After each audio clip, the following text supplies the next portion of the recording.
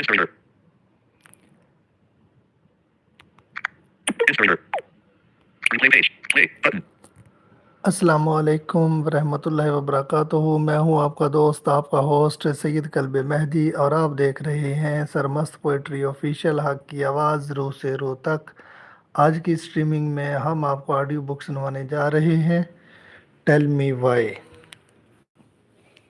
ये एक general knowledge की बुक है, टेल मी वाई,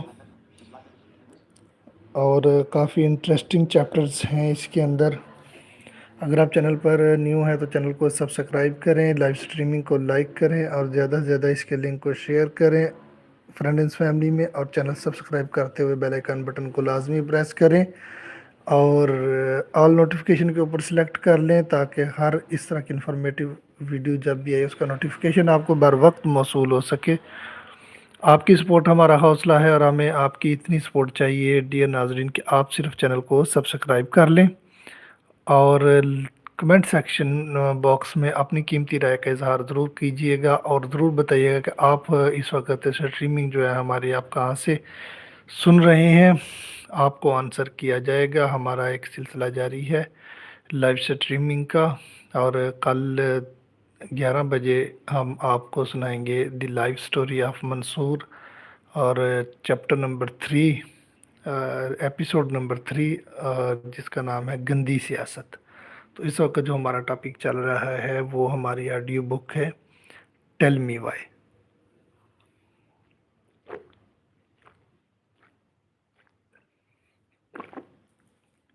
तो डियर नाज़रीन, अगर आप अभी अभी आपने ज्वाइन किया तो चैनल को सब्सक्राइब कर लें, लाइक करें।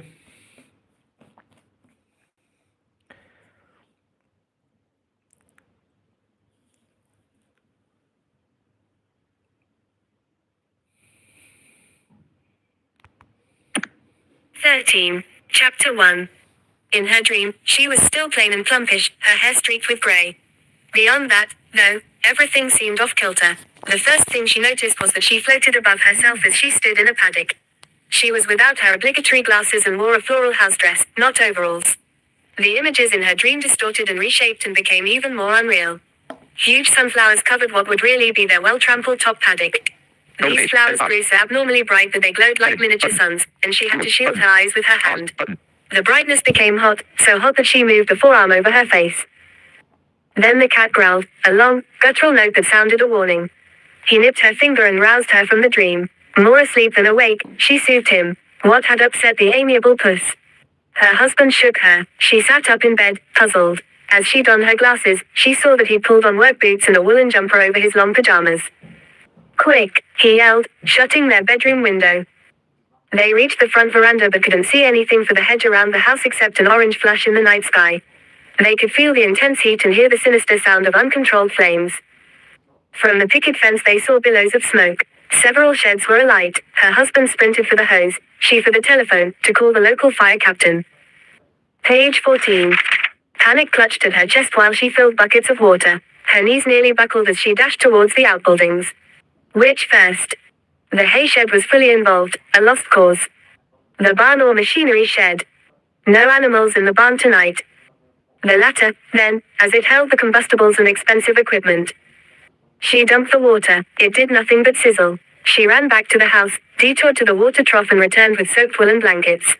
She crashed into a wall of heat, so fierce it scorched her eyes. As the hay shed erupted, it sent embers in every direction. She protected her face from those missiles of fire with her arm, mimicking her dream persona. Wind fanned the roaring tongues, adding to the crescendo. She coughed as smoke filled her lungs. Fire merged the sweet odors of hay and timber with acrid fumes of fuel, pesticides and rubber. Her eyes watered. Where are you? She cried out to her husband. Are you safe?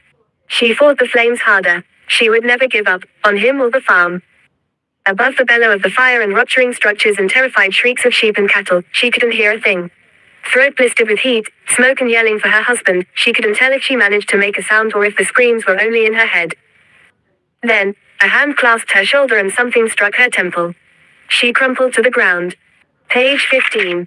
Chapter 2. Senior Constable John Franklin had been cooped up with Paul Wells for hours. Too long without a smoke or coffee because Constable Fast Track Wells was driving and he didn't pay much attention to those who wore fewer than 3 stripes on their epaulette. But that wasn't why Franklin wanted to throttle him. It was because Wells measured time, distance, temperature, power poles and countless other things. Plus he was a rigid perfectionist with as much personality as a dead carp. Franklin's workmates rated the bloke's neurotic traits with fingernails scratching down a blackboard. His 2 consecutive rest days relegated to distant memories by the OCD freak, he ruled it much worse. 4.5 minutes, Wells said. He tapped his watch. Franklin groaned. So today's general patrol took 5 minutes longer than the previous trip, big deal. Should not have stopped for Charlie Banks. And that's the difference between a copper from the country and a cockhead from the big smoke. Franklin tuned out. A lonely bugger, poor Charlie often wanted to chew their ears. On this occasion it was about his dog's arthritis, but it was just an excuse for company. Yet Wells evidently thought the schedule more important than a quick chat with the old codger. Franklin scrutinized the intense constable as he unclipped his seatbelt. Page 16. Bloke was 3rd-generation cop with dad, uncles and grandfather all among the brass. Odds on he'd be promoted and back to the city before most coppers learned to scratch themselves. They wouldn't improve him, so somehow they'd have to bide time until he moved on. Granted, the real problem today wasn't Wells. It came from him, because he was the single parent of a hormonal teenager with attitude and because after 16 years in the same country town, he still wore a uniform. He chatted to lonely folk, changed light globes, chopped wood and mowed lawns for elderly widows, pointed the radar for hours on end and sorted out the same drunks, the same domestics. Those were the good days. One of his blackest days had seen him as pallbearer at the funeral of a road victim who was also a mate from the footy club. All a far cry from where he'd planned to be by his mid-30s.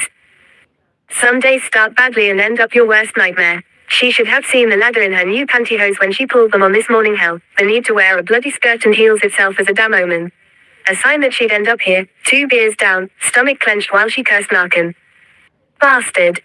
The bartender shot her a glare, not the first for that afternoon. She hadn't meant to say it aloud and grimaced. She resumed pushing the penne pasta around her plate. Flight of the bumblebee peeled. She fished through her bag and frowned at the mobile screen. Number withheld. She thumbed the call switch to answer. Georgie Harvey. It's Ruby here. Georgie cringed. She had avoided the older woman since yesterday but was caught now. Michael and I are hoping you'll look up Susan.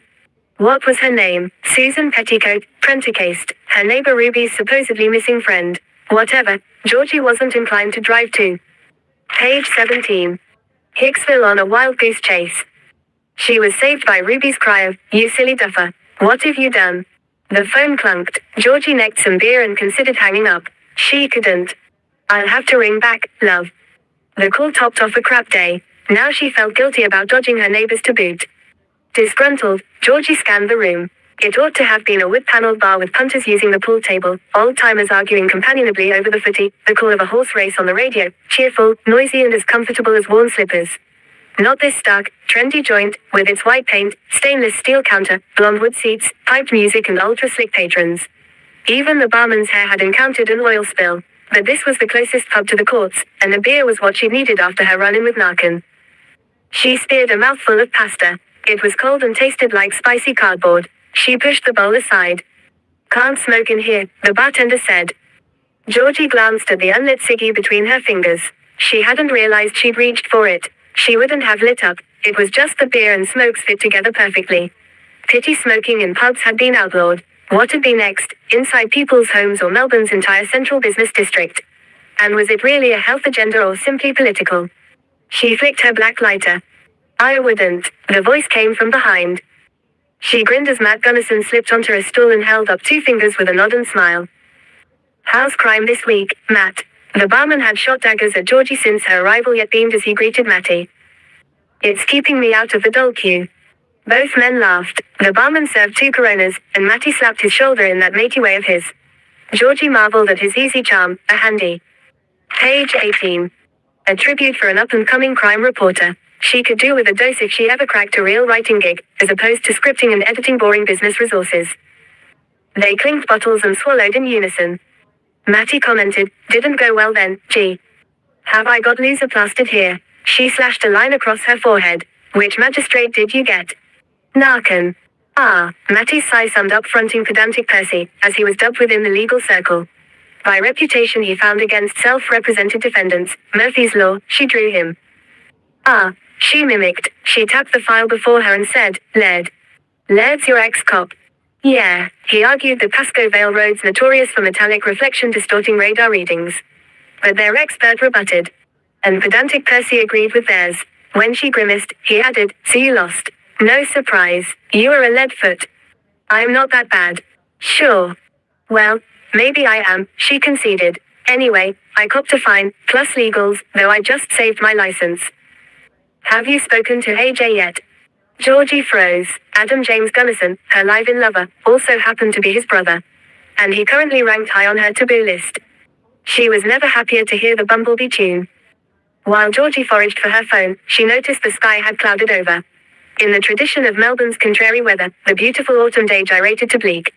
Pedestrians on William Street scurried for shelter from the downpour or sprinted towards the train station. Except for one woman, she walked on in measured strides, stare fixed on the horizon of skyscrapers, bitumen and traffic lights. It was something Georgie would do. It's me again, Ruby. Page 19. Damn, I should have known. Michael and I were wondering. Well, will you go to Dalesford for us? I'm sorry, Ruby, can't talk. What was that about? Matty asked after she disconnected. Nothing. Georgie squirmed. She couldn't avoid her neighbors forever. But it was easier to avoid the conversation than turn them down flat. Just as it was easier to run from AJ's kick dog eyes. Georgie evaded Matty's inquisition by heading for the cigarette vending machine in the tiny passageway to the toilets. It was one of those days when she'd need more than her 10, also, Benson and Hedges allowance. She fed the machine a fistful of gold coins and pushed the button. In the ladies' room, she pulled a brush through her hair, changed her mind and messed it up. She smoothed on lip gloss and examined her reflection in the mirror. She tried a smile, then tweaked her silky black top. Georgie leaned forward and held up thumb and index finger to make an L on her forehead. Then realized it was backwards. She couldn't even get that right. Definite loser. John, got a tick, Tim Lunny said, crooking his finger. Franklin's stomach flipped. Was he in trouble again? Or worse, about to be permanently rostered on with Wells? Fuck no, anything but being stuck with that wanker. He followed Lunny into his office and dropped onto the single visitor's chair clear of paperwork, discarded uniform or fishing tackle. The sergeant aligned and realigned a stack of files. Finally, he said, well, you see. Oh, hell, mate. Cats. What's wrong with Cat? Franklin straightened, alarmed. It's nothing like that. She's in a bit of strife. Shit, what is it this time? Page 20. She and her two cronies took a 5-finger discount at Kohl's. Franklin groaned, raking his sandy-colored hair. The trio had received a day's suspension for smoking in the school toilets 3 weeks ago and he'd grounded his daughter for a month.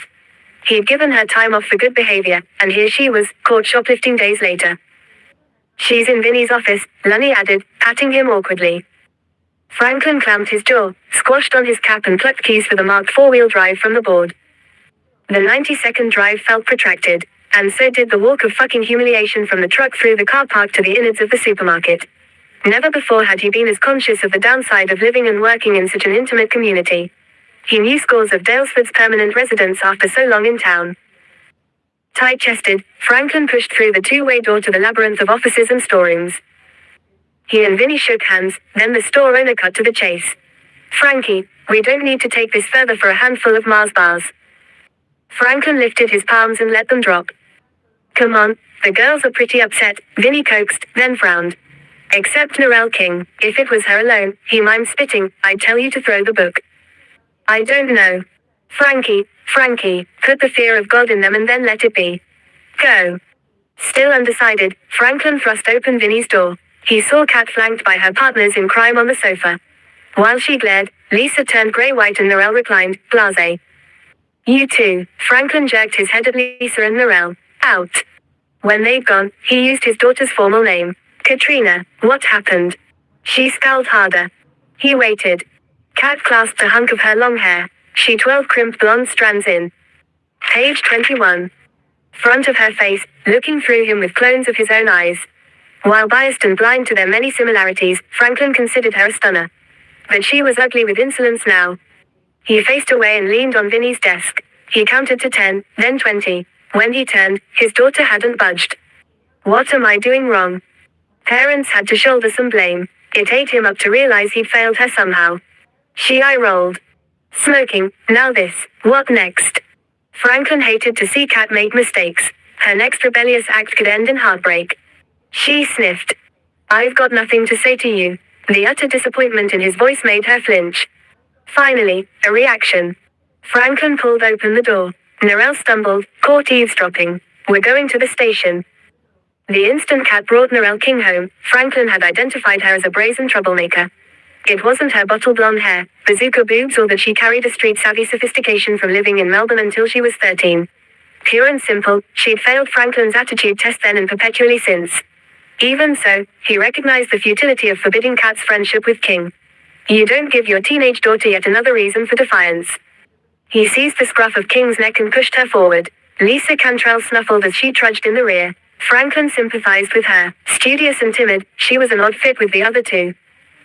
Franklin shepherded the girls to the truck, feeling as miserable as Lisa. His aim was to let them imagine the worst possible outcome, while he tried not to think about local gossipmongers. He hid behind dark sunglasses and the peak of his police cap and zipped through the roundabout and 2 blocks to the station. Page 22. Slumped on the stool next to Mattie, Georgie chomped peanuts and surveyed her companion in the mirror. His face was animated. Everyone else in this bar appeared happy too. It only made her crappy mood spiral further. Outside was the same story. The brief shower had ceased. The road steamed warm air. After 5 on a Friday afternoon, the working week surrendered to the weekend. Men ripped off ties and undid top buttons. Women greeted friends as if they hadn't seen them for a month. There was saccharine sweetness all around but for her. She slugged beer, then the brew curdled. Fight or flight? Why not both? Take time out from my messed up life while I do a favor for Ruby. That works for me. I'm out of here. Georgie slammed down her Corona, spilling it onto the stainless top. Need a lift, G? No, ta. I've got the spider. Besides, you're not going anywhere near where I'm headed. Where's that? Dalesford. Before he could ask why, she hoisted handbag and court file, pecked his cheek and threaded her way to the exit. Gee. Surprised, she spun around. Half the pub froze. Should you be driving? Mattie pointed to the abandoned beer. I'll take my chances, Georgie said, then mustered what dignity she could and merged into the commuter exodus on William Street. Page 23. Chapter 3. Though tempted to throw the girls into a CELL, Franklin left them in the interview room. He found Lunny flicking the tip of his fishing rod towards the window, on a break from the endless paper shuffle. Vinny doesn't want to make it formal. Good call. Won't it smack of favoritism? Plenty of people saw the girls in the truck. Lunny lifted both brows. You brought them here. Franklin shrugged, then asked, what do you suggest? What would you do for other kids? 2 of them are first-time shoplifters who've never come to our attention before, although they've no doubt caused their parents the usual headaches. And we haven't been able to make anything stick for the other one, so she's officially got a clean slate. Lunny sipped from his world's greatest grandpa mug. Instantly, Franklin said, scare them silly with a warning. The churn rate in his gut slowed a little. Sounds right. The sergeant jumped up. I'll do the honors. Franklin followed Lunny to the cramped interview room and took sentry position in the corner, diagonal to his daughter. The older cop folded his lanky frame behind the plain table and faced the girls. Minutes dragged. The threesome fidgeted. Lunny tipped back and crossed his arms. I've known you 2 for years. He pointed at Lisa and Kat. Kat, you've slept in our spare bed more than the... Page 24. Grandkids. Lisa, remember you nearly chopped off your finger and I wrapped a tea towel around it and called your mum. And I've seen plenty of you, too, Narelle King. Even the incomer, King, was transfixed, and Lunny eyed her for a moment. I'm not talking about these girls, but I advise you to ditch the bad crowd you hang out with. He leaned forward, and grow up. His voice climbed several decibels. Do you think the juvenile offender program's not for kids like you? That daddy dear, he glowered at Narelle, or your copper dad, this was to Kat, can keep you out of court, detention centers and away from hardened delinquents if you keep stuffing up. He laid it on thick and reduced the girls to blubbering messes. However, Kat continued to shun her father's gaze. The caution complete and trio dispatched outside, Lunny asked, what now? Franklin smiled wryly. Once the other families had been informed, police interest in Kat's affair was over, but he had to put on his parenting hat for the fallout. Oh, we'll deal with it, Kat and me. We always do. In the main office, he spoke with his offsider, Scott Hart. Then he propped against the front counter and stared as the constable ushered the girls through the station. When Kat came abreast, he said in a flat voice, "Hart will take you home." After the truck engine fired and faded, Lunny called, "Righto, troop, reinforcements have arrived." The night shift had straggled in over the past quarter of an hour. "Pub." "Not for me," Franklin replied. The Sarge materialized at the doorway. "Come on," he urged. "Harty'll join us down there." Slam's on his way. He referred to Senior Constable Nick Sprague, aka Slam, who'd had a day off. "Come on, a quiet one or two." "Nah, boss." Franklin shook his head, unable to face the inevitable debrief, the pity and then the ribbing. He didn't want to talk about it. Not even, or perhaps especially, with his two best mates, Harty and Slam. Page 25. Georgie stuffed up somewhere in her navigations, did a senseless loop through the city and onto Bolt Bridge. Car tires swished hypnotically on the bitumen. The bridge's blue and white lights were sparklers on a birthday cake. She didn't think it was the alcohol talking, she was sober enough. Either way, set against the cityscape of skyscrapers with their white, blue and red neon advertising signs silhouetted against the moody sky, the vista was dramatic. Georgie found space in the traffic. She flattened her foot against the convertible's accelerator. The 1984 Alfa Romeo Spider had cost less than a brand new buzz box but looked $1 million and had capital A attitude and lots of go. As it charged forward, she laughed, happy for the first time today. She had the soft top down. Faint odors tickled her nose, the peculiar Yarra River smell of fish and brine combined with rain and local industry smog. The wind in her hair diminished her stress where the beer had failed. Or it could have been because Richmond and Melbourne receded by the second. She loved autumn. Her mum, Livia, reckoned it was because she associated it with her May birthday. But for Georgie it embodied vivid colors of dying foliage, memories of when she kicked up piles of crunchy leaves that Livia had raked for the compost bin and faced into bracing winds. The Westgate exit loomed, breaking into her reverie. She swerved across 2 lanes and cut in front of a black BMW. Its driver blasted her. She shrugged him off. Not long after, she took the ring road, then merged onto Western Freeway. Now she was on track. Georgie settled into the leather seat. It had been ages since she'd escaped the city. It would be fun to blow the webs off the Spider, even if the trip proved a washout. She expected to find Ruby Padley's pal tucked up in bed in a sensible white cotton nightie. Maybe she'd be knitting blanket squares or occupied with some such older lady pastime. In all probability, nothing sinister had prevented her from ringing her buddy on Sunday as promised, simply forgetfulness or a crazy social life at the Senior Citizens Center. She thought back to yesterday. Page 26. Ruby's screen door had banged and rebounded. She beelined across the paving, calling out, "Oh, love." Georgie had squinted in the morning glare and sneaked a glance at her wrist. She was late. "Taking your car out?" Ruby asked. The Spider lived in the pensioner's rear yard. Georgie and AJ had moved into their single-fronted Victorian cottage 3 years ago. Richmond had all the conveniences and diversity they wanted but couldn't afford to buy on her spasmodic income and his newbie solicitor wage, so they'd signed the lease on the unrenovated cottage, then fought over which car to house in their tiny courtyard. 2 Taurines under one roof makes for Mexican standoffs, and this occasion was no exception. Georgie eventually capitulated but only because her neighbors insisted she park the Italian convertible behind their home rather than on the narrow Miller Street roadway. The Padleys neither drove nor owned a vehicle. More to the point, they loved to see their young neighbors, no matter the reason or brevity of the visit. Georgie had nodded, then frowned. A grin typically split Ruby's plump face, yet it was blotched and tear-streaked now. When she'd asked, "What's wrong?" and patted Ruby's arm, the woman had blubbered about her friend, a strange phone call in Dalesford. Way too hard on top of a caffeine deficit, Georgie's brain had pounded. It didn't matter that the Padleys seldom asked favors or that they'd do anything for Georgie and AJ. All she could think was, "I'm late for coffee with Bron." Face it, she was a bitch before her morning mug of strong, black coffee. Now, Georgie's cheeks flushed. "Well, gutless wonder, guess you'd better start mending bridges." As she sped along the freeway, she activated her portable Bluetooth on the sun visor and clicked the mobile into its hands-free cradle. These necessary evils were the only blights to the car's original interior. She didn't even have a dash. Mount Satnav. She dialed. 8 hollow rings. 9. Michael Padley answered. "Georgie." Page 27.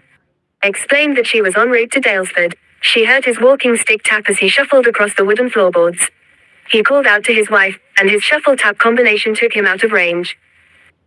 Georgie played one-handed air guitar, then flicked the radio's volume down as Ruby picked up the receiver with a clunk. "Oh, Georgie, love. Michael said you're in Dalesford." "Not quite. You're a good girl. I knew you'd do the right thing." Thinking I'm glad you did, Georgie's stomach tightened. With that endorsement from Ruby, she'd have to go through the motions until Susan turned up. She launched with, "What made you worried about your friend? This Susan Pentecost." Pentecost. Georgie heard her neighbor plop onto the chair in the Padley's hallway. Somber, Ruby said, "It was my turn to call. We take it in turns." She hesitated, so Georgie urged her on. "I rang Saturday afternoon at our usual time and Susan seemed, I don't know, distant. She was so flat. Normally she chats away, but, well, she didn't even ask about Michael's health." "Aha, you told me yesterday that the call was cut short. What happened?" "Oh, well, that's the thing." The older woman's voice cracked. She cleared her throat and continued. "There was a noise in the background, and Susan suddenly said she had to go." "What sort of noise?" "I'm not sure, a sort of scratch or thump, and then she called off."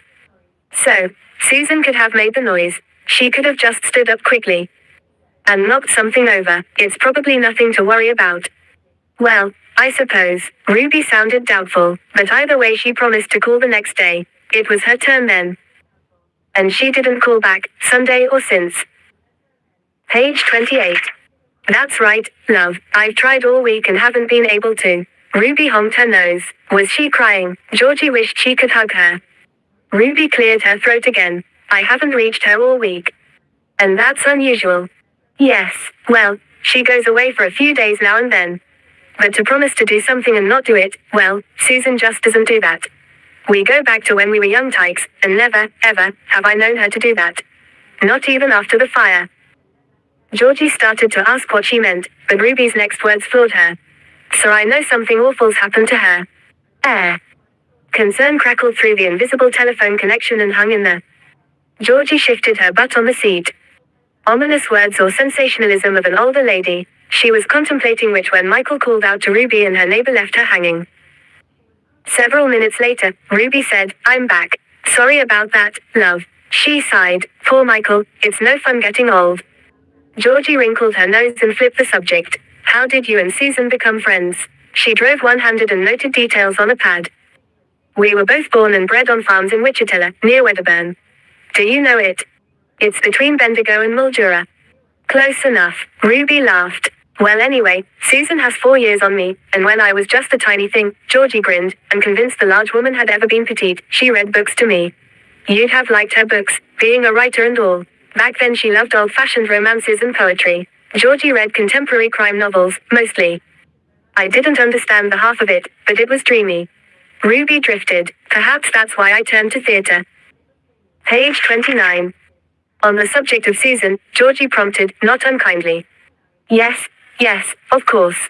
Well, we shared a love of reading. And I can't remember which of us taught the other to dance, but we often partnered up in a paddock, sprucing our moves and singing."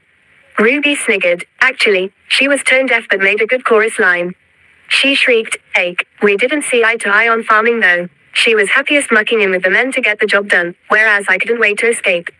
Would you believe that at 19 my friend met her Roland at a church dance, fell in love, and within a few months they were talking marriage." Talking marriage at 19, Georgie winced. Ruby shrieked again. Shock horror. "I had my sights set on fun, finding Mr. Absolutely Fabulous, or many variations of tall, dark and handsome, and she settled for marriage with a grazier." She squelched with her mouth. Mind you, Rowley was rather a dashing fellow, for a farmer. Georgie waggled her head.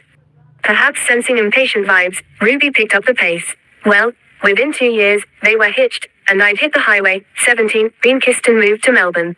After that, I went back to Wichita a couple of times to see my parents and never stepped foot in the place again after they died." But what happened to Susan? And her Rowley? Well, Ruby thought for a moment. They started out in a cramped bedroom in his parents' homestead and then moved to their first property in Neal. Why a young couple would choose Neal blew Georgie's mind, having passed through it on the way to Adelaide as a kid. She could only recall a budget motel and a roadhouse that served watery scrambled eggs. She cringed at the thought of living in the place. The older woman's pitch deepened. About then, Susan had to have an emergency hysterectomy. She paused, devastating the grand plans for a horde of children.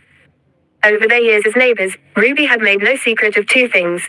She regretted not trying her luck on Broadway and couldn't be happier that she'd. Page 30.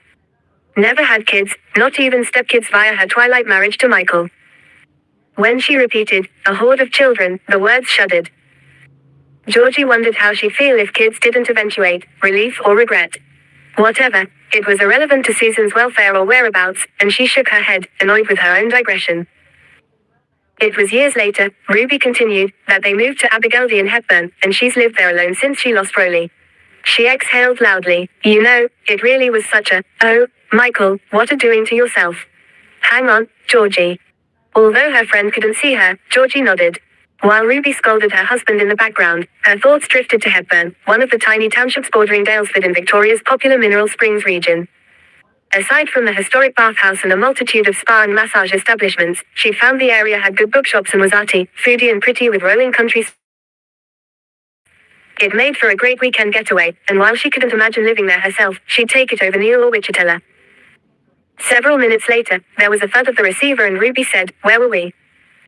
Hepburn, and the fact that you and Susan have known each other for, what, over 40 years?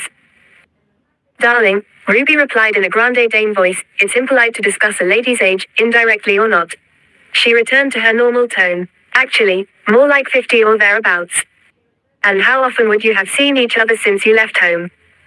Our face-to-face contact, rare as hen's teeth, particularly since she lost Rolly. Yet you stayed friends. The actress echoed Georgie's wonder. Amazing, isn't it? I love Susan, but I detest the country, and she feels the same but the other way round. We've turned out to be chalk and cheese, but our phone calls are gold. Isn't it just the way? The one time I'd love to go see my old friend, Michael's health isn't up to it. It'd. Page 31. Take us a train, bus and cab to reach Abergeldy. And even I'm conscious of my age all of a sudden. It all translated to, 1. They didn't have mutual pals. 2. Ruby was clueless about Susan's other close mates and failed to recall the names of her friends' siblings. And 3. Their regular telephone calls tended to dwell on their meager common ground of distant childhood and aging woes. As Georgie hooked left onto the Dalesford turnoff, the call dropped out, cutting off whatever Ruby was about to add. Franklin changed into his civvies well-worn Levi's, teamed with a simple black t-shirt and strode off, leaving his Commodore in the station car park. He often did, the beauty of living a block and a half away. He toyed with going home as he inhaled the night air, warm and balmy despite the brief shower a few hours earlier. Franklin loved autumn. For starters, he loved the crunch of dried leaves under his boots. Shot nerves alleviated by that simple pleasure, he lit a nicotine stick and blew a string of smoke rings. He was still pissed off, but hey, Cat was just a kid. Not a rotten kid and no angel, merely an ordinary teenager being a pain in the neck. Same as he'd been at her age. Franklin approached their home on Raglan Street. Doof-doof music beat through the air and the house was lit up like the Melbourne cricket ground. He hadn't seen a footy match at the G in years, not since his Tigers lost by 2 points to Collingwood, of all teams. His thoughts turned from feral magpie supporters back to Cat. So much for his fantasy that she regretted her behavior. He mashed the cigarette with his heel and frowned. There was no point confronting her. Georgie grinned over produce for roadside sale by the old honesty system as she.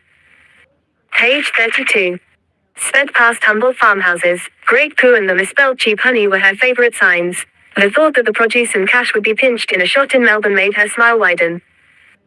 Soon the landscape changed and timber cottages hung on a hill, vying for views of the lake or over the village. The row of flashier B&Bs and guest houses adjacent to the water was a magnet for visitors every weekend. As she climbed Vincent Street, the for sale sign on a bungalow caught her eye, followed by the backdrop of Wombat Hill with its huge old trees and competing church spires. When houses gave way to shop fronts, she turned her gaze forward again. A minute later she entered the main drag of town, one block edged by historic buildings on both sides between the two roundabouts. A horn honked, drawing her attention to the throng of slick machines, Hoon mobiles and older model modest sedans and utilities that reflected the mix of Melburnian escapees, local youths and their more sedate elders, everyone in a hurry to check into accommodation, pick up takeaway, select a pub. Georgie was up for the latter as soon as she found a motel. She'd thrown a change of clothes into the boot that morning in anticipation of celebratory clubbing, Definitely a jeans and boots girl, rather than stilettos and skirt, she couldn't wait to rip off the bloody pantyhose. The extended brightness of daylight saving aided her search for lodgings with a vacancy, without a 2-night minimum tariff and well away from where she'd previously stayed with AJ. The motel was inexpensive by Dalesford weekend standards, while exorbitant on a value-for-money scale. But she wasn't there for a holiday, it would do. It was a place to shower, though she wished she'd brought a pair of thongs, as things that belonged on a petri dish bloomed on the floor and kept for the night. Its flimsy curtains were shot with moth holes, but she didn't care as she stripped off the conservative court attire and donned jeans and a new camisole she bought at an end-of-summer sale. With a few bars of service on her phone, she tried Susan Pentecost's number. It rang out. Page 33. Perched on the end of the bed, with its much-stained, burnt orange bedspread and springs that sagged to the floor, she considered the mobile phone. Then her thumbnails tapped the keys. She paused and hit send. Waited for the confirmation beep and sighed. She bought breathing space between her and AJ, but it would soon come to a showdown and a decision about their relationship, even if that decision wasn't what he wanted. She tossed the phone into her handbag and left the dismal motel with a spin of gravel. Georgie's previous visit to Dalesford had been for the joint birthdays, almost a year ago. They'd rented a Japanese-style cottage for the weekend and indulged in aromatic spa baths and heady sex before the open fire. When they'd emerged for a brief change of scenery, they'd tried a pub in the town centre and a trendy bar at the convent gallery. This time she decided to sample a pub she'd spied near the market. Away from memories of a less complicated era with AJ, predating when he tried to make the L word head towards the big M. Though she loved him, she was in no rush for marriage, kids or respectability. Franklin hastened to the end of Raglan Street. Here the Trentham and Castlemaine roads intersected, and the town merged into countryside. But he wasn't there to sightsee, he needed a drink at the Wombat Arms. The dining room catered for city slickers and local food buffs, sporting polished tables, antique armchairs and wacky art. He didn't mind the front part of the Wombat, though. In the bar and pool room, it was singlets and stubby shorts, vintage farm signs and stuffed animals, a fair dinkum Aussie pub. But Burke's was in spitting distance of the station and had all the pub essentials, so that was where the boys generally drank. The patrons there were regulars, in for a chat and ready to take the piss, which was exactly why he chose to drink at the Wombat tonight. Not that he could be anonymous anywhere in this town, but it would be less like broadcasting his woes via a megaphone. Page 34. Franklin settled on a stool in front of the beer tap, took a long draught and smacked his lips. Ivy threatened to obscure the exterior of the Wombat Arms Hotel, but for now snippets of red brick walls, reliefs of cream trim and tall, arched lead-like windows showed. Above the angled cut-off of the L-shaped pub, the walls rose to a peak at the 1857 establishment date. Georgie pushed through the split door at the cut-off. Now, this is a pub. Rich wood paneling, rows and rows of beer bottles above the bar, hard yakka types, mainly men, entrenched at the counter. The place was a sister to her old favorite in Richmond and received a big tick so far. Aromas of garlic, herbs and spices reminded Georgie she'd barely eaten since breakfast. Her stomach growled as a cheerful woman wearing flowers in her blonde and black pigtails whisked by with plates of upmarket food. She scanned the three main rooms, crowded group tables, lots of couples, straight and gay, and plenty of happy noise. She smiled. Her Melbourne foodie friends and gay buddies, especially her closest mate, Bron, would all be at home here, and that ticked extra boxes. A song that blended country and rock played in the background. Rock was her number one choice, but her taste tended towards eclectic in music, drinks and friends, so she hummed along in her head. Tension she didn't realize she held dropped from her shoulders. A glimpse of a pool table at the rear sealed Georgie's approval. Yes, she could happily while away hours here. Drink in hand, she leaned against the double doorway to the pool room and checked out the talent. She fixed on two candidates. One guy at the bar was not bad looking, although older than Georgie's usual type.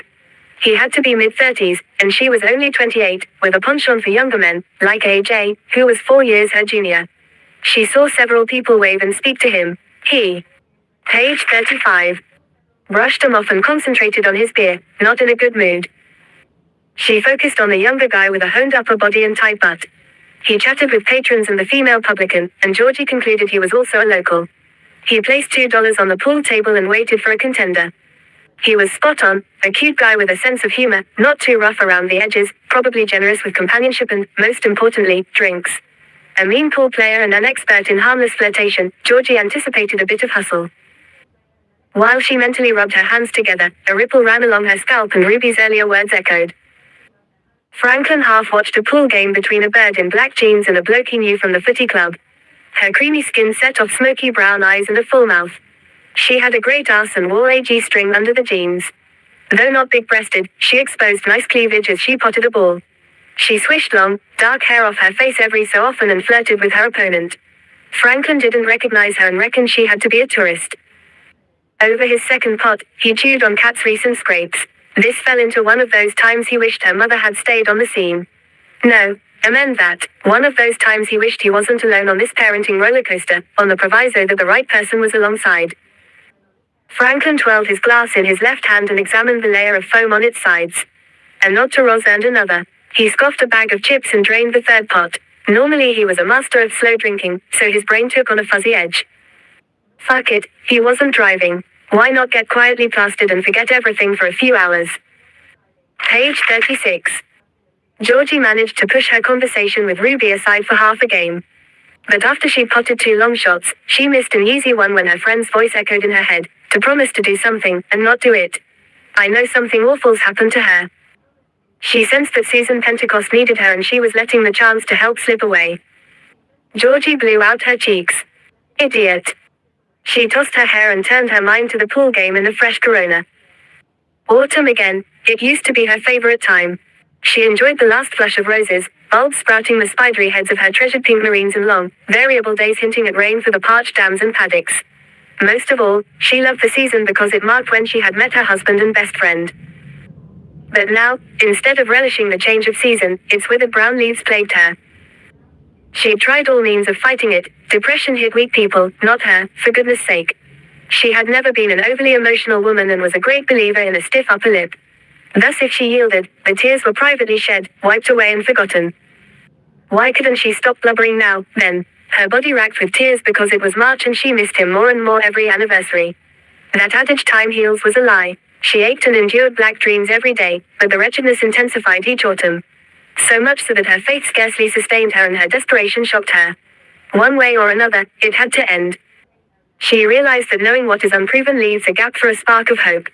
That hope was not logical and definitely didn't ease the pain. That was why she needed action and answers, and as everyone else had given up. Page 37. It fell to her. Even so, as she stepped closer to the tragic truth, dread curled in her stomach like those dead autumn leaves. Page 38. Saturday the 13th of March. Page 39. Chapter 4. The chorus of Billy Joel's Pressure screamed inside Georgie's brain. The damn hangover squeezed her temples. Eyes slit, belly burning, teeth furry. The chorus repeated, either as a distraction device or sadistic form of torture. A search through her sports bag unearthed zilch paracetamol and she'd used the last tablet in the spider's glove box yesterday. She likewise bummed out on a toothbrush. The closest implement was a declumping mascara brush. Remind me again how the fuck I ended up in the sticks. The vice tightened on her skull. Desperate, she rubbed soap over her right index finger and buffed her teeth. It made a marginal improvement. However, there wasn't much she could do about the lack of clean underwear. If she rinsed her undies, the dampness might seep through her jeans. At least she'd showered, if you could call the showerhead spitting irregular droplets of alternating hot and cold water showering. She'd had to run around the cubicle to get wet. Now dry but naked, Georgie puffed on her third cigarette for the morning and hovered over the kettle. Finally it boiled. She poured 2 sachets of coffee into a cup and drank it, scalding hot and revolting. Still, the cheap powdered shit was a caffeine shot and kick-started the day. Another cup of the gross coffee later and Georgie set off to Susan Pentecost's farm. Abigaildy was on Grimwells Road in Hepburn. She'd swiped a tourist map. Page 40. From the motel and memorized the route, seeing as she didn't have sat-nav and could never be fucked trying to follow a map on her phone, especially with the mother of all hangovers. She thought she'd memorized the route. 5 minutes later she stopped in front of the small post office in Hepburn Springs to recheck the map. And spent several minutes holding her aching head while trying to commit the directions to her foggy brain. Too much to remember and much of it via roads she'd never been on before. In the end, Georgie made the trip in legs. Left turn before the blowhole. Map check.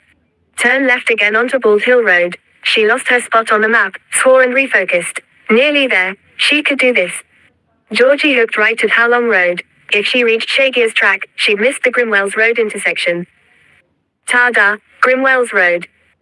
Georgie swung onto Grimwells Road and halted, appalled by the rugged track ahead. She normally drove the Spider at 1 speed fast but now eased the sports car into walking pace.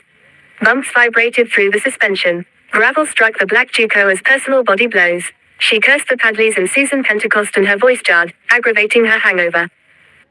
She traveled a kilometer or so yet passed only one driveway before she saw the arched sign for Abigaildy. A mob of sheep stared from the front paddock as she maneuvered through the entrance. The leader bolted as she slammed the gate, the rest following with anxious bleats.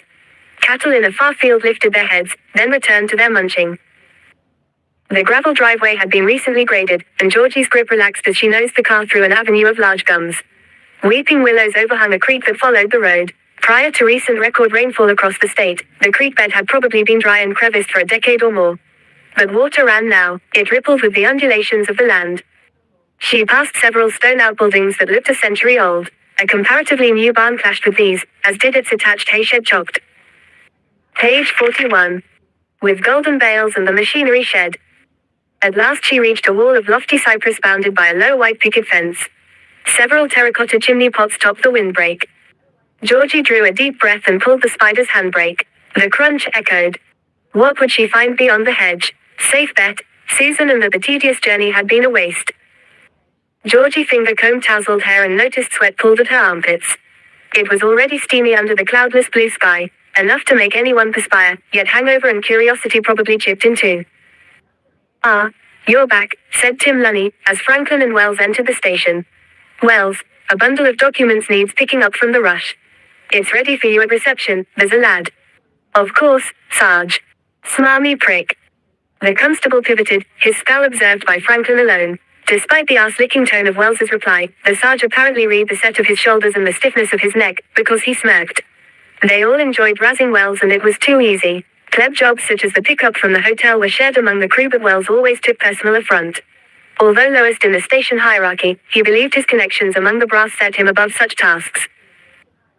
Relieved to have the cocky constable out of his hair for even a short while, Franklin dropped his folder onto the counter and headed for the lunchroom, nodding to Harty on the telephone. "No, that's Constable Scott Hart, ma'am." Pained, his mate pulled on a clump of hair. Franklin chuckled, mimed drinking, and received a thumbs up. He scooped heaped spoonfuls of coffee into mugs. Set to add. Page 42. Commensurable sugar. He heard the front door squeal open. A small sigh escaped. His cuppa would have to wait. Franklin abandoned the kitchen to observe two women entering. Each pushed a pram. One gazed around, fascinated. The other wore an anxious expression. Scores of people had that manner with police. An innate guilty conscience or fear lurked in even the most do-goody sorts. It made the world kind of us and them, and this used to irk Franklin. Back when he was young and idealistic, he had decided not to give a flying fuck if there was an us and them mentality around the time he'd realized childhood sweetheart, Donna, preferred one of the bad boys from school but settled for him because marriage was in vogue with her clique.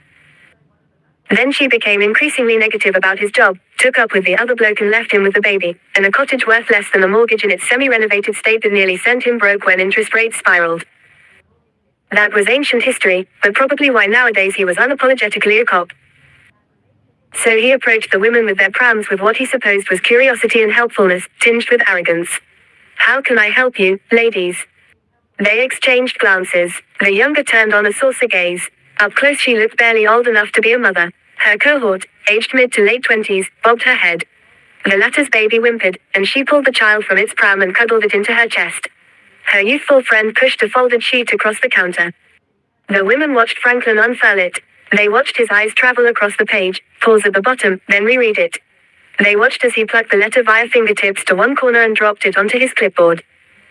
He affixed a deadpan face, but a vein throbbed in his left temple. "Shall we go through to the interview room?" he suggested, dual motive, to guard the women's privacy and to keep the soon-to-return Wells out of a juicy case. They maneuvered their prams into the cramped room and Franklin procured. Page 43.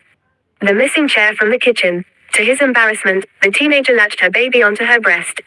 Jesus, he'd seen boobs before, but they weren't supposed to be so out there during introductions.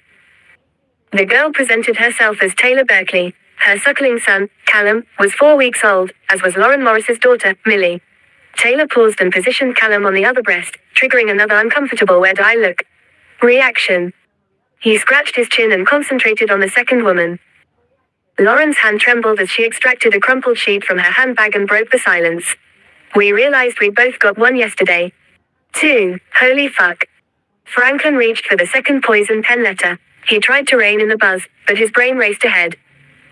If there are 2, there's every chance there will be more. Outwardly calm, he compared letters. Identical. Taylor nodded. "We got them roughly 2 weeks ago. I kept mine, 'cause I thought it was pretty funny. Wouldn't have thought of it again if Lauren hadn't been so stressed." She burped Callum. Lauren blushed. Her teenage friend laughed. She seemed to be enjoying the experience. "Taylor noticed I was a bit off yesterday." She looked wrecked, Taylor clarified. Gee, thanks. Lauren mocked a glare, then confessed, new baby plus toddler. I've got permanent Santa bags under my eyes. Franklin smiled sympathetically. Sometimes his battle with his daughter's terrible twos didn't seem so long ago. But then I started to really worry about this, she motioned to the letters. And yeah, I admit it, I'm wrecked. I had no idea about that, Taylor commented. I thought she might have postnatal depression. My mum worried I'd get it, being on my own. So, we'd had the big chat at home and it was on my mind. Not for me, though. We're fine, aren't we, Cal? She rubbed noses with her infant and his neck lolled. Page 44. So, Taylor made a fuss. And she burst into tears. She mumbled something about Solomon, and I thought, hello. We went back to Lauren's and she showed me her letter. We decided to tell someone, in case this Solomon's a psycho.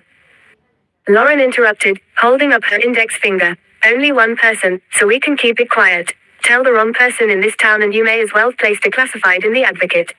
Her face contorted. She wanted to speak to her priest. But I haven't been to church since my 2-year-old was born. It'd be hypocritical. And I said, what's an old guy with a dog collar going to do anyhow? So, we chose a policeman. Their story told, both women fixed on Franklin.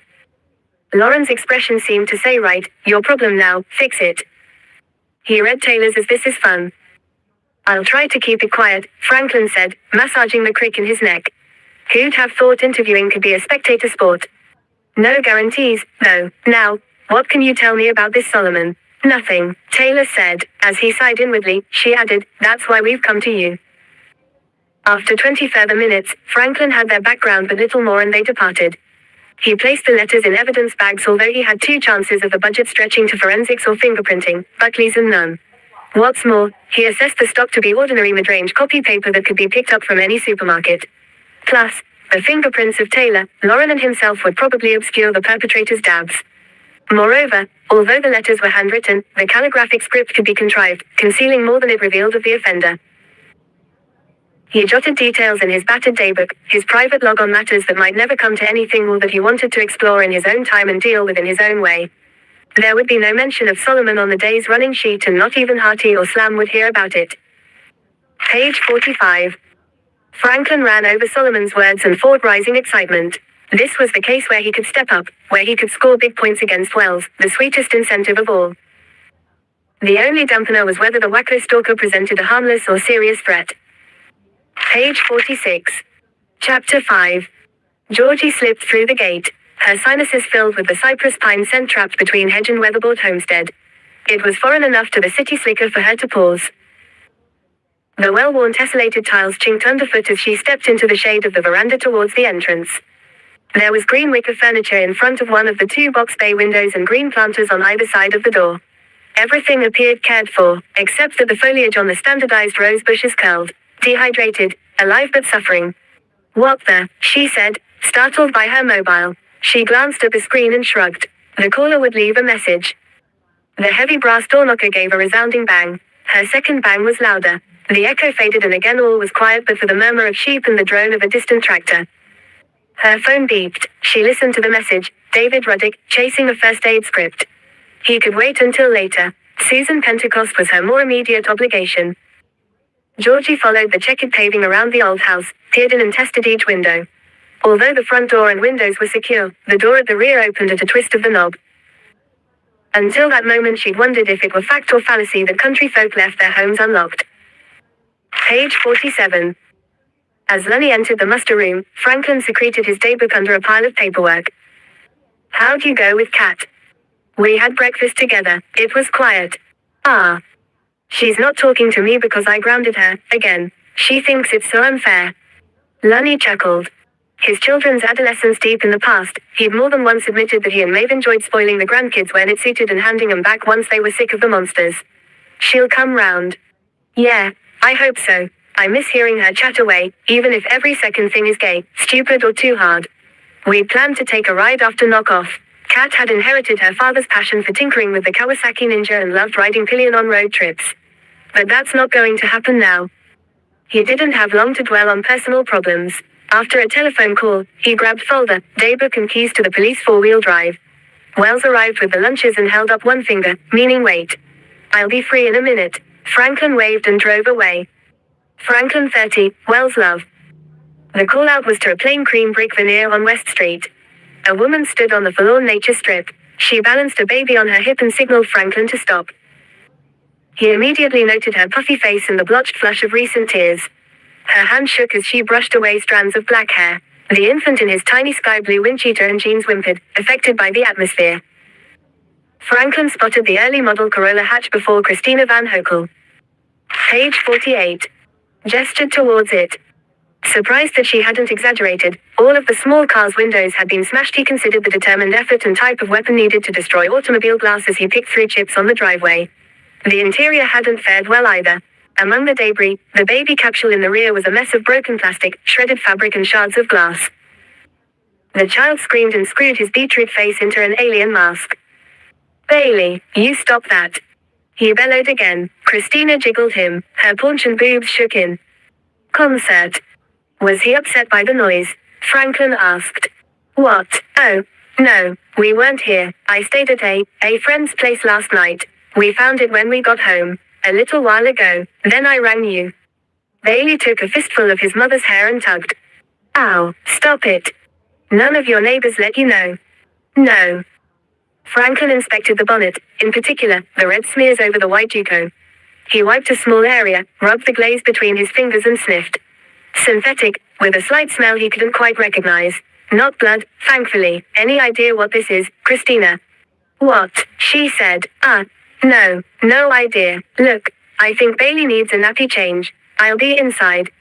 He narrowed his eyes as she scurried into the house. "What's your hurry?" Franklin examined the red smears again. Then he re-inspected the whole vehicle. No sign of the weapon or other tangible evidence.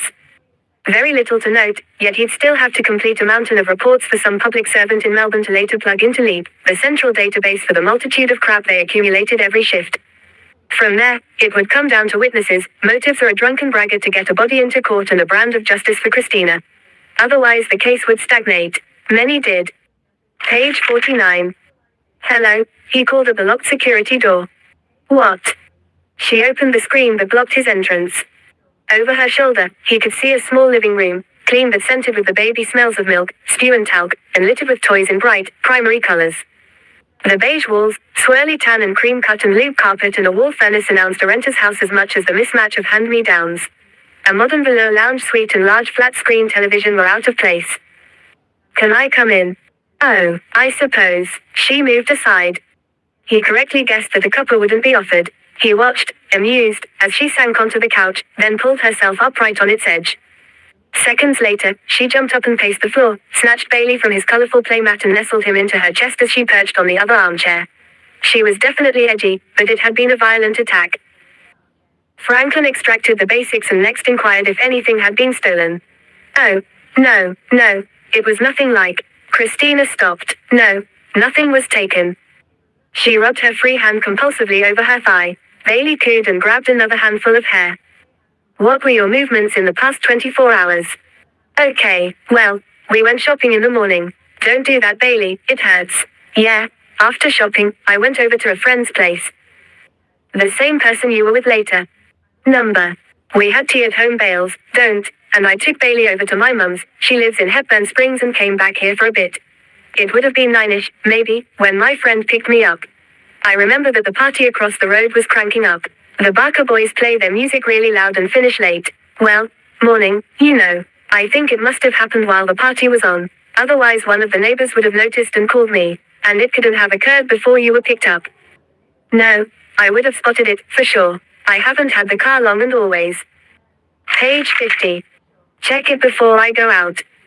"Who was the friend you were with last night?" She waved and avoided his stare. "It's not important." "Do you live alone?"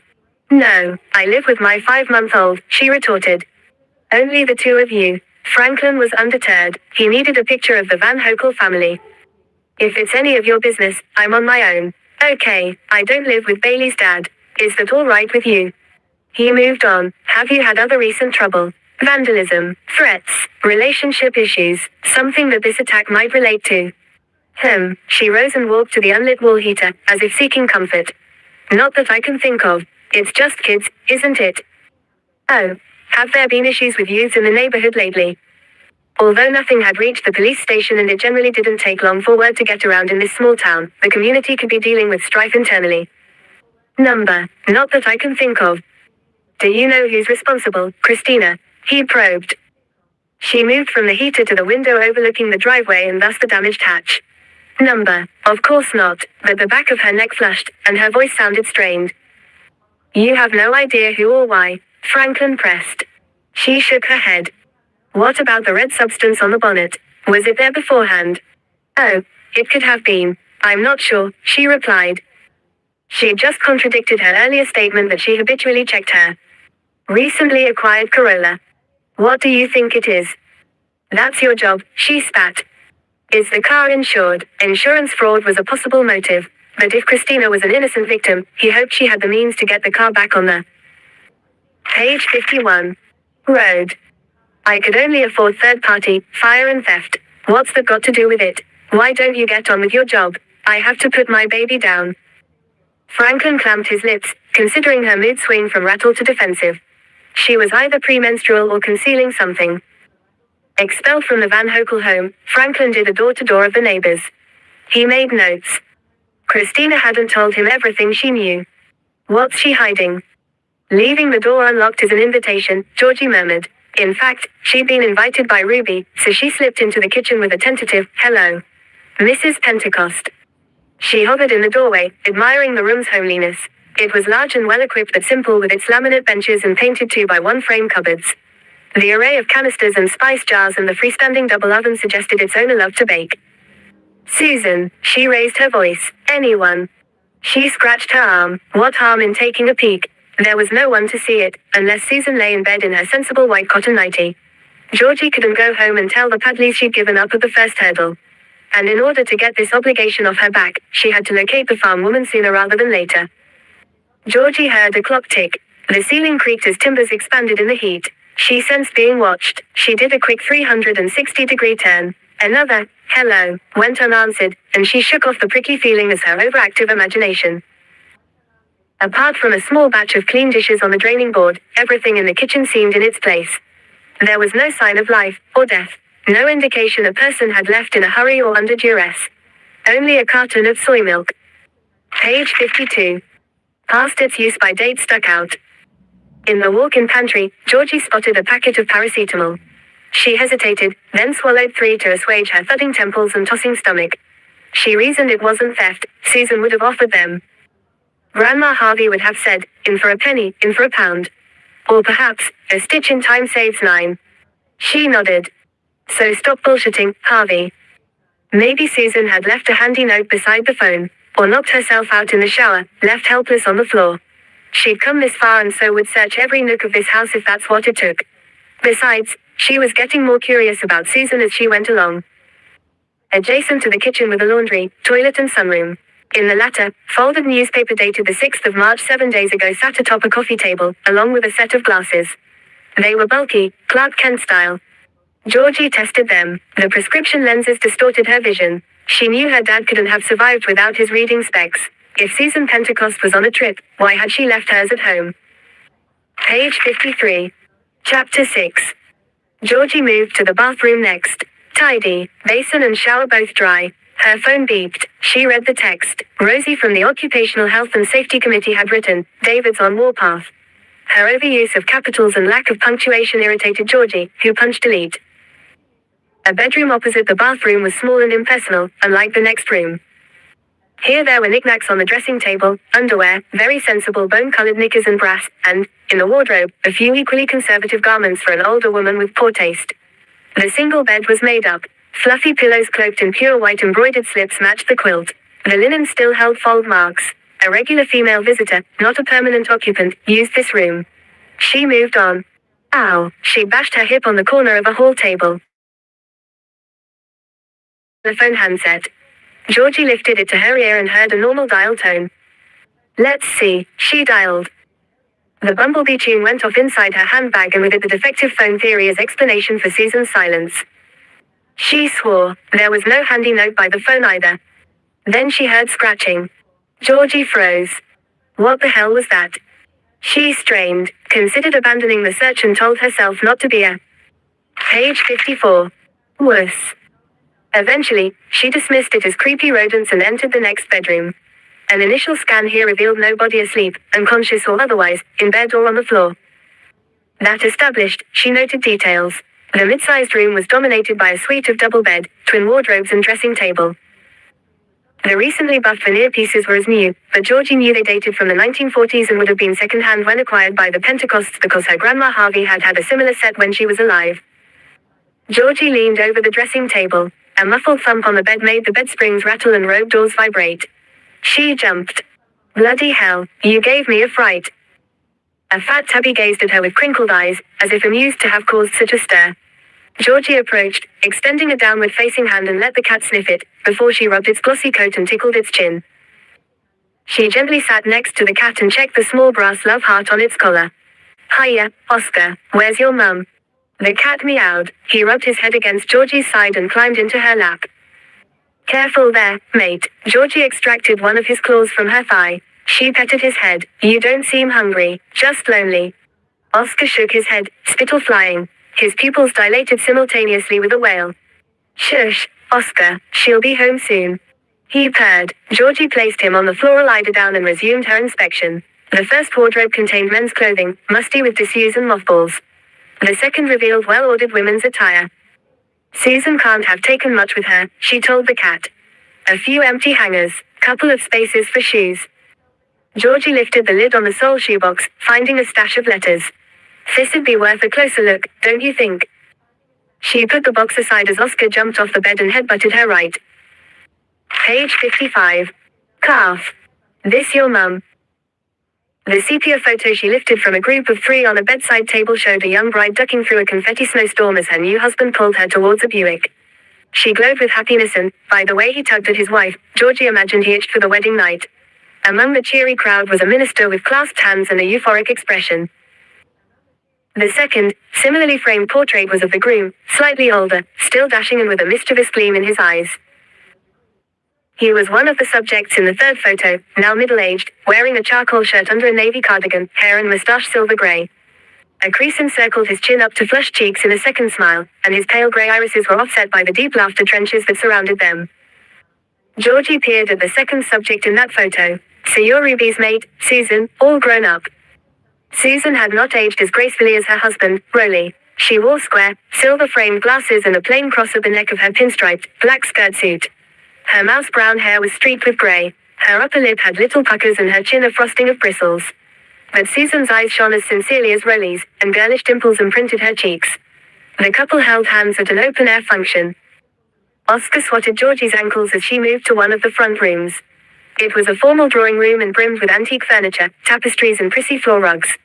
The cat stopped at the doorway. Georgie gathered no one went in there. He bobbed his chin as she abandoned it for the study. Presented with a large desk, row of filing cabinets and wall-to-wall bookcases, the tabby yawned, exposing a set of sharp teeth and a black freckle at the center of his pink tongue. He settled on the desk, in prime position to supervise Georgie. Okay, Oscar. Georgie pointed to the top bills arranged by due date in a desk stand. Tell me why Susan hasn't paid these 2 when she's so orderly. Her headache flipped to full throttle as her phone rang yet again. David. Page 56. Ruddick. She waited for the inevitable message and retrieved it. He spoke through gritted teeth. The deadline expired yesterday. He'd give her until midday tomorrow to finalize the first aid script or he would assign it and all further briefs to another writer. Georgie's armpits dampened more. While she happily pushed out the deadlines on the boring OH&S projects, she needed the money and couldn't lose her most regular work. She checked her watch and frowned. Less than 24 hours. She texted David a promise to deliver and sped through the rest of her search. She scooted back to the hall. The phone had oversized digits and no memory buttons. Damn, she didn't find a personal address book on or in the phone stand and slammed the drawer shut. Georgie thumped her forehead in frustration. Redial would be useless, hers was the last number called. Stupid idiot, Oscar yowled. Who asked you, cat? She spat back. The offended feline shadowed her to Susan's bedroom. The shoebox and photos magnetized Georgie. She didn't have time to go through them now, as the script wouldn't write itself. It was justifiable research, she reasoned. Oscar oversaw her loading the borrowed items into the spider, along with a photo album from the study. It contained more photographs of Susan's husband and newspaper clippings. She left its mate behind as it seemed to date further back. Apart from these meager leads, her notepad had the registration number of Susan's Toyota Land Cruiser. Off. Georgie cranked her convertible's engine. With a head shake, she turned it. Back in the house, she fed and watered the cat. Instead of hoeing in, Oscar pawed at her leg and purred. She deserted him reluctantly. The blue feeling didn't improve as she left the property. A cursory check of the outbuildings gave no clue as to the Land Cruiser's location or that of its. Page 57. Owner. Where have you been? Constable Wells demanded. He sounded more like a nagging wife than a colleague. Even had his hands on hips and lips pursed into a cat's bum scowl. Franklin ignored him. He wasn't compelled to explain himself to a junior officer, only did so if the other earned his respect, and Wells would never be confidant or mate. Here, now, Lunny demanded, beckoning to his office. Franklin's guts tightened. He suspected what was going down. The sergeant didn't offer a seat. He steepled his fingers and sighed. You made Wells pretty cranky. Apparently, he believes you've shafted him once too often. When you're roasted two up, the idea is that you work in partnership. But I won't tell you how to suck eggs, Franklin. You know how to play the game. Franklin shifted his weight but remained silent. Wells even went so far as venting to D24. Lunny referred to Police Central Communications, informing them that Senior Constable Franklin is Code 1, Code 5, Code 3. Out and about, at an address or meal break. I don't see the problem. Franklin relaxed. Or whereabouts unknown. Now I do. Fucking great. It's not advisable to exclude him. The implication was because of his connections. But you know that, don't you? It was a rhetorical question. Lunny fell silent, though his disappointed gaze spoke volumes. Moments later, he left. Franklin stalked into the muster room and silenced Wells with a glare. He dropped onto his chair facing the wall. Fortunately, his desk was furthest from the little wanker. Page 58. The assorted paperwork that related to Christina Van Hokel's property damage absorbed Franklin physically but didn't engage his mind. Wells's close proximity thwarted inquiries into the poison pen case, which frustrated him. He was equally aggravated by Christina's ducking and weaving. Either she didn't trust him or she had another motive for holding back. Was it to hide her wrongdoing? Protect an ex or current lover? Heed a threat? She didn't know it yet, but she just red flagged a bull. She recalled their first encounter as clearly as today's breakfast, all bran, sliced banana and soy milk, a dashing man who lit the room with his baritone laughter. Huddled by the punch bowl, she and her girlfriends sipped fruity cocktails. Their feet jiggled to the beat as they stole shy peeks at the young men. At one point she glanced down to adjust the narine on her breast. May I have the pleasure of dancing with the most beautiful girl in this room? Startled, her eyes lifted to meet pale grey ones. They were soft clouds, mesmerizing, mischievous and mirrors to the warmth in his voice. She returned his smile. The gaze still locked, she lifted a hand and rested it in his, her calloused fingers cloaked in white satin. She noticed short fingernails scrubbed yet stained and, when they twirled, blisters on his palms. She sensed the strength of his wiry body through the pressure on the small of her back. They danced and danced, she fancied with the grace of Ginger Rogers and Fred Astaire. Finally stopping to sip punch and talk, they had eyes for nobody else. He charmed with tall stories and made her feel beautiful because that was how he saw her. She felt like the luckiest girl alive, particularly when they traded dreams and found them harmonized. That very night she discovered her soulmate, and she had never. Page 59. Doubted that. Page 60. Sunday the 14th of March. Page 61. Chapter 7. Don't you ever wake up grumpy as hell? Some people were obnoxious first thing in the morning, cheerful, chatty, capable, chic. Everything Georgie was not, everything Bronwyn Silvers epitomized.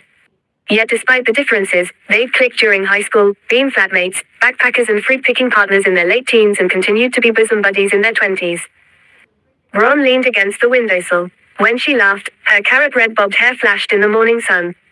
The silver fluid she stroked contrasted with crimson fingernails, as did the rings on her fingers. Those fingers were never idle. Georgie contemplated the hands wrapped around her coffee mug and bare fingernails in need of a file. She rarely wore nail polish, being prone to chip it before she left the house. The creativity that stemmed from her fingertips was limited to words and less lucrative than her friend's artwork. She told strangers she was a writer and let them draw their own conclusions. but in reality, she edited tomes on square roots and fractions and wrote health and safety material. These cash cows paid reasonably, were dead boring and while in progress shut down her imagination. That meant zero, zilch, nil, nada fictional output in anyone's lingo. When she'd quit her job at the law firm to study, she'd imagined it leading to a glamorous writer's life. She dreamed of loyal fans, masses of published articles, generous checks and a row of novels with Georgie Harvey on the spine. Joke. Right, she'd received more rejection. Page 62. Slips than checks and settled for the odd byline without payment to broaden her portfolio.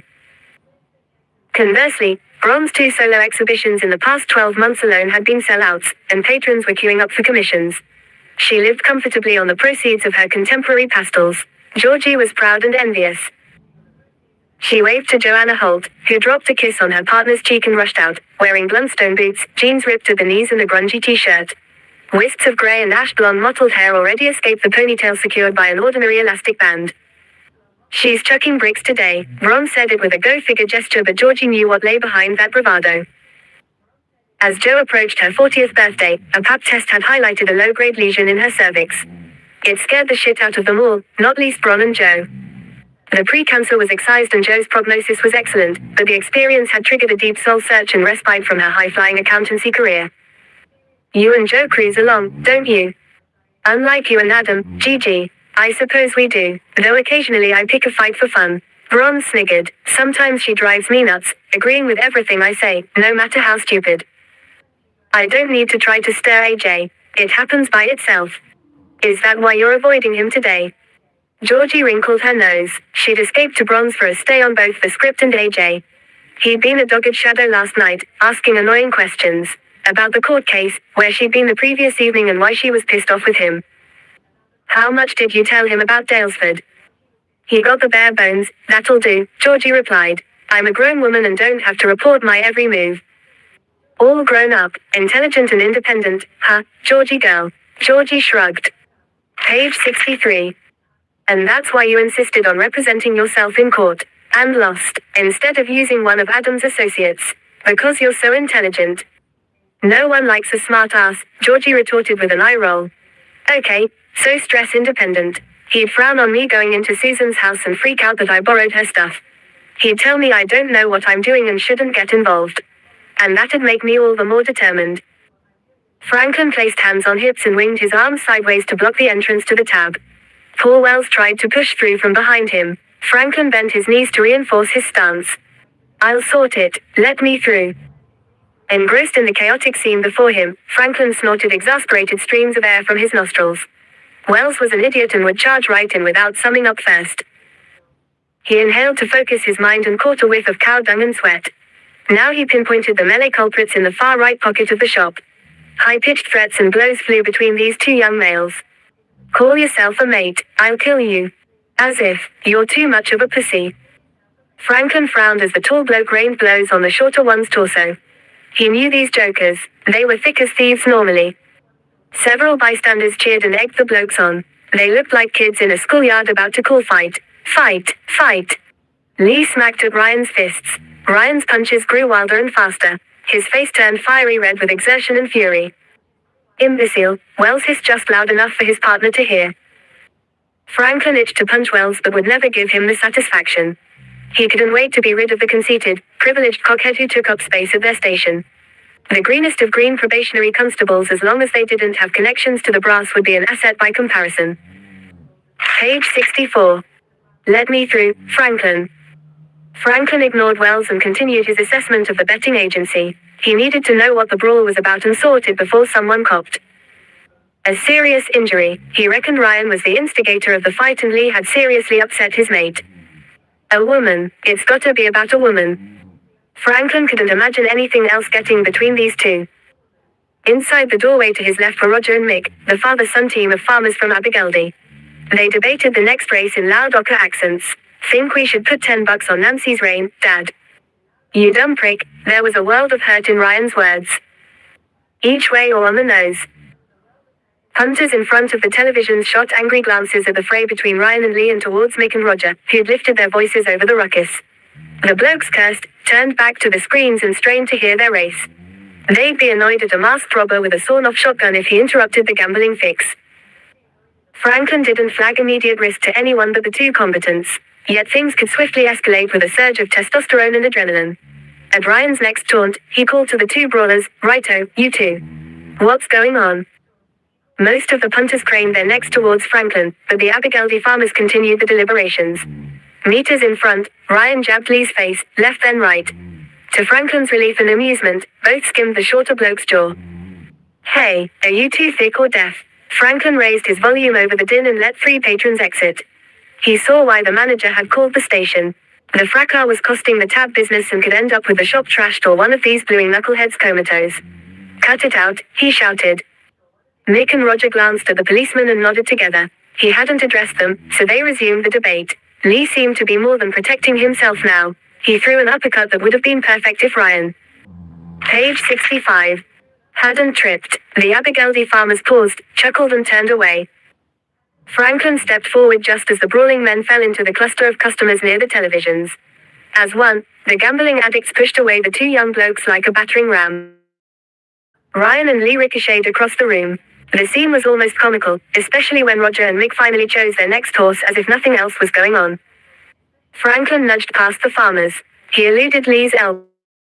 "Wasn't my fault. Your old lady was up for it."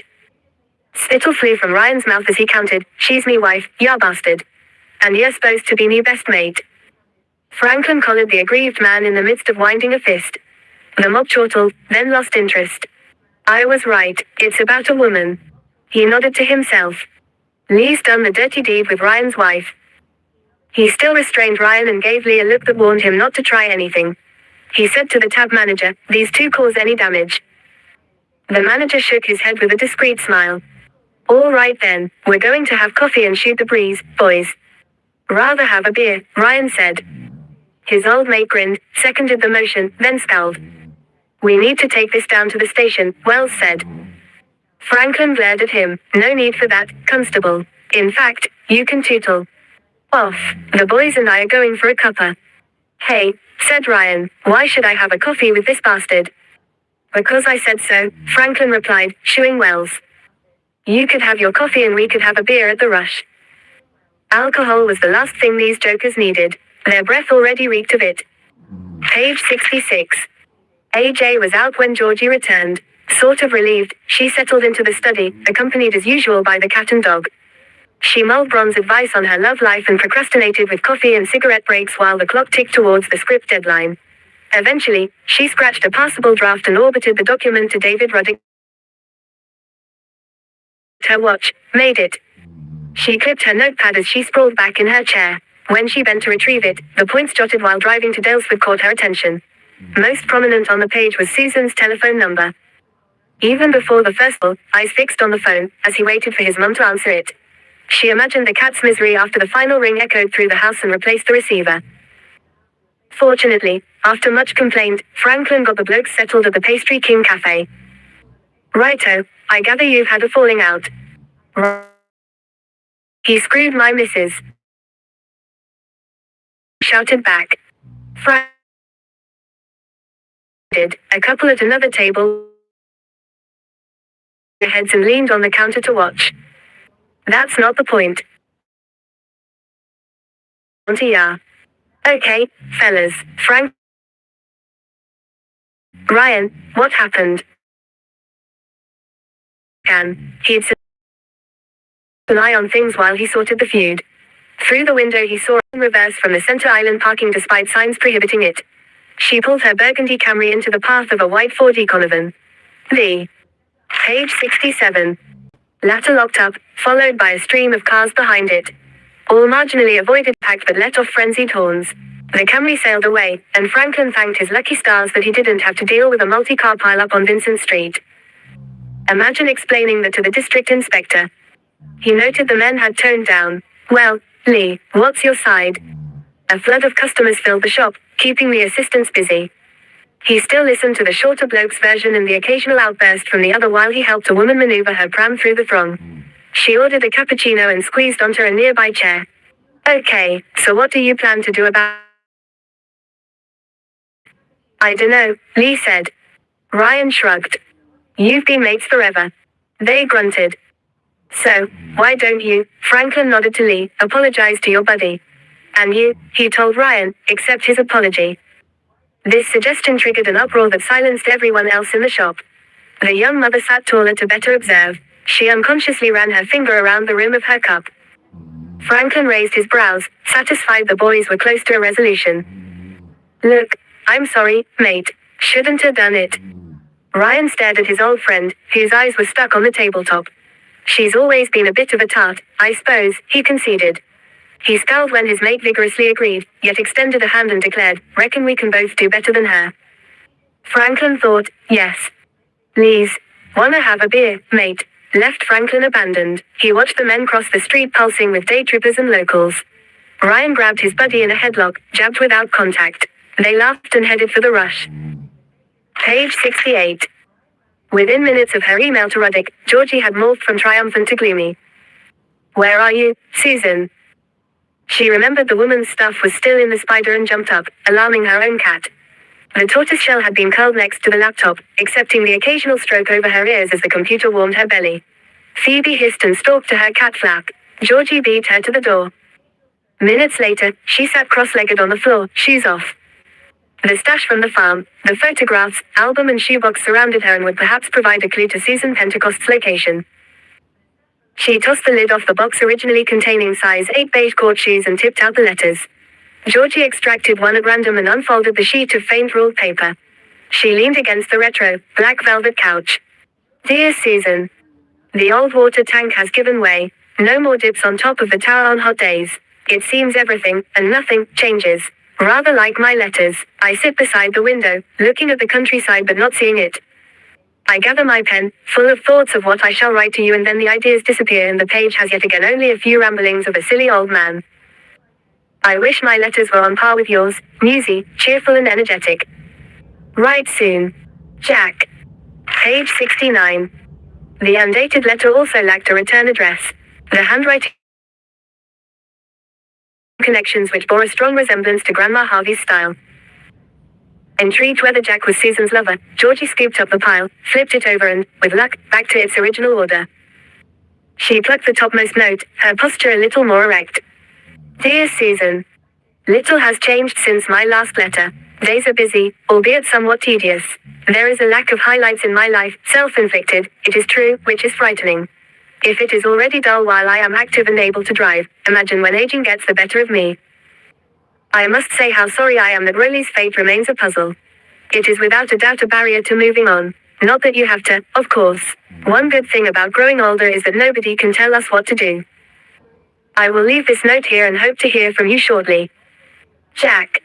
Well, hello. Between the lines, it appeared that Jack was besotted with Susan but she wasn't ready for a relationship.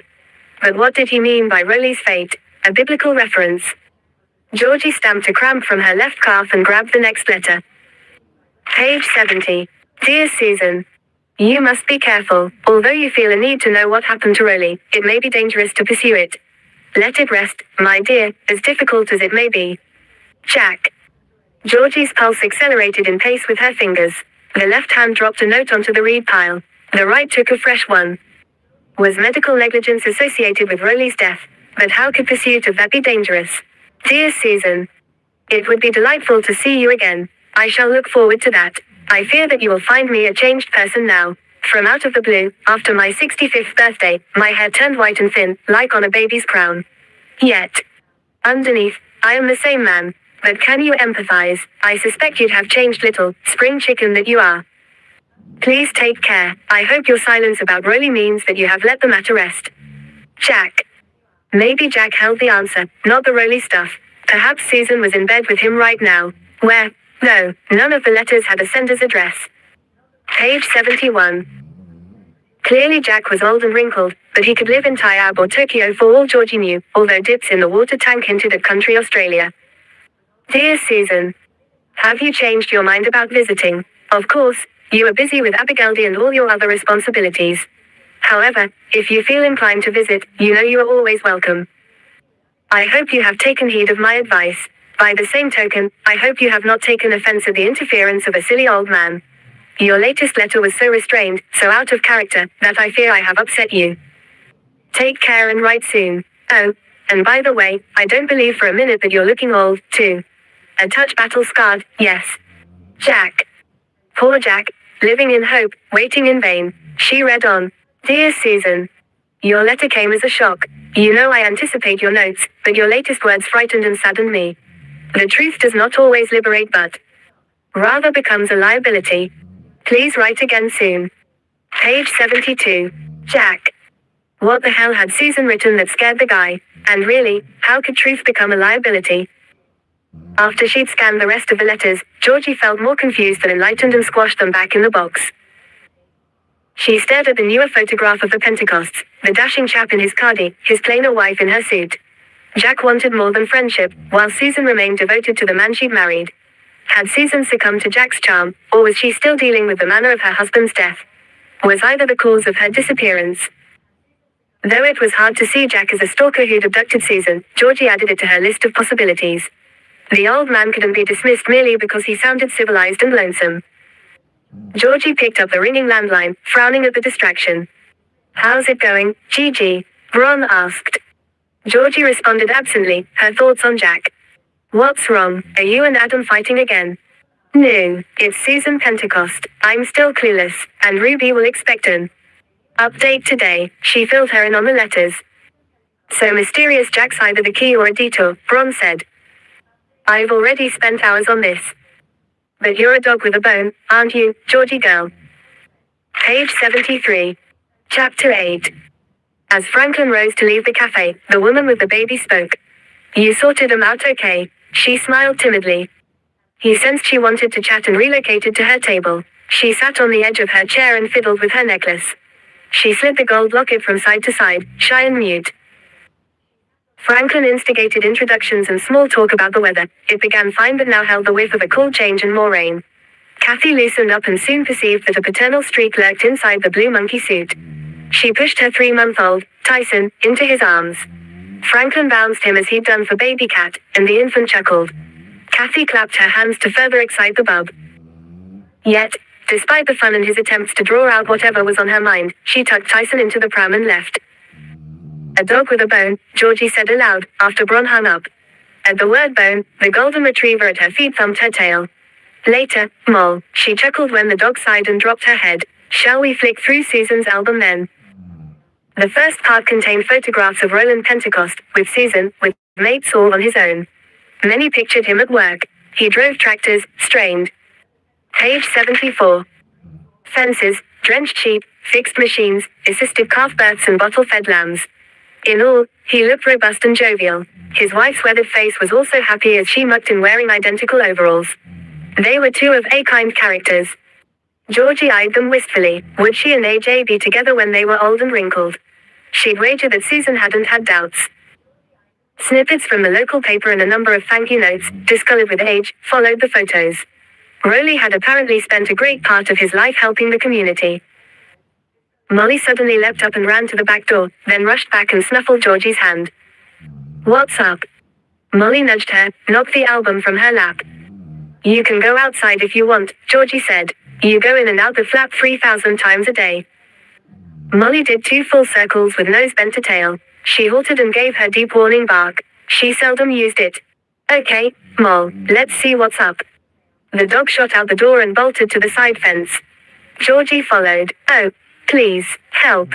It was Michael Padley's voice. Adam, Georgie, are you there? Oh, dear, anyone. Georgie scaled the fence and found Michael bent over the inert body of his wife, sobbing. Ruby, can you hear me? Squeeze my hands. She waited, unconsciously holding her breath. To her relief, she felt faint pressure. She exhaled. Ruby too released a gasp. Michael, what happened? Have you called an ambulance? He shook his head. Georgie assessed Ruby's pale, clammy skin, her irregular breaths, clenched neck and facial muscles and dashed inside. Paramedics are on their way, the operator told her. Page 75. But that wasn't good enough, she needed them here now. She numbed. In a blur, she heard the operator's questions, answered and followed instructions. Give the patient aspirin if it's on hand. You're on a cordless phone. Good, we'll stay on the line and talk you through it. Now, I need you to monitor her vital signs. Commence cardiopulmonary resuscitation if she goes into full cardiac arrest, if there's no breathing, no pulse. Treat for shock. Georgie and Michael were the ones in shock. They watched Ruby, hoping she wouldn't die. Georgie sat the man down and folded his gnarled hand around his wife's. With luck that would help them both, she suppressed her own fear, acted calm and brushed a palm over Ruby's brow. The older woman faded in and out of consciousness and didn't respond to Georgie's gentle voice, apart from a sporadic flutter of her eyelids. At times, the tendons in her neck went taut, then the pressure eased. Once, she moaned.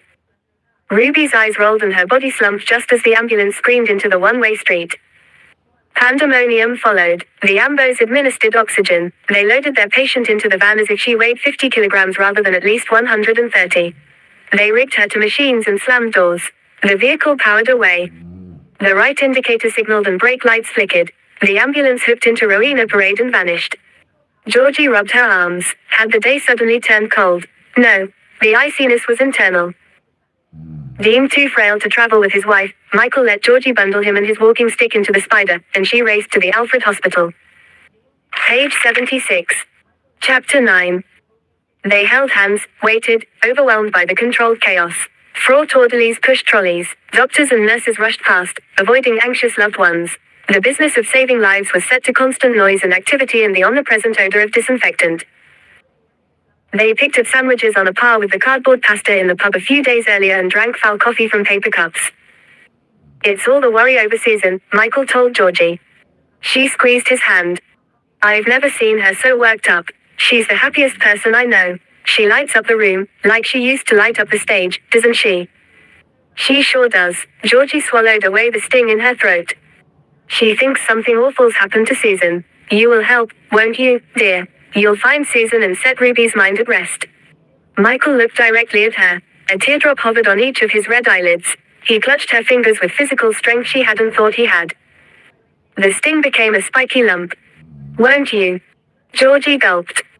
Then, of course, fell from her mouth. She mulled over that promise during the next few hours. While she smoked outside with nurses, visitors and patients accompanied by wheelie drips and as she trawled the corridors for toilets and a cafeteria that might sell better food. Page 77. Then the vending machine.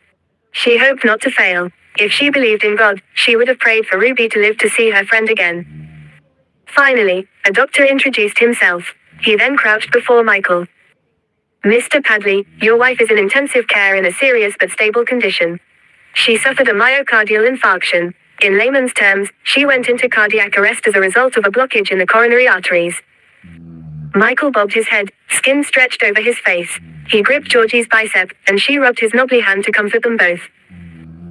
Your wife was unconscious, with no pulse or breathing during transport to the hospital, Dr. Wilson continued. The paramedics administered a controlled electric shock using a defibrillator machine to re-establish a normal rhythm in Mrs. Padley's heart. He paused. I'm trying to keep this simple. Do you follow me so far? Michael and Georgie both nodded. Ruby had died but came back following a jump start. Good, good. Once we got Mrs. Padley into intensive care, we were able to treat the symptoms and stabilize her. Over the next few days, we'll monitor and assess your wife's condition.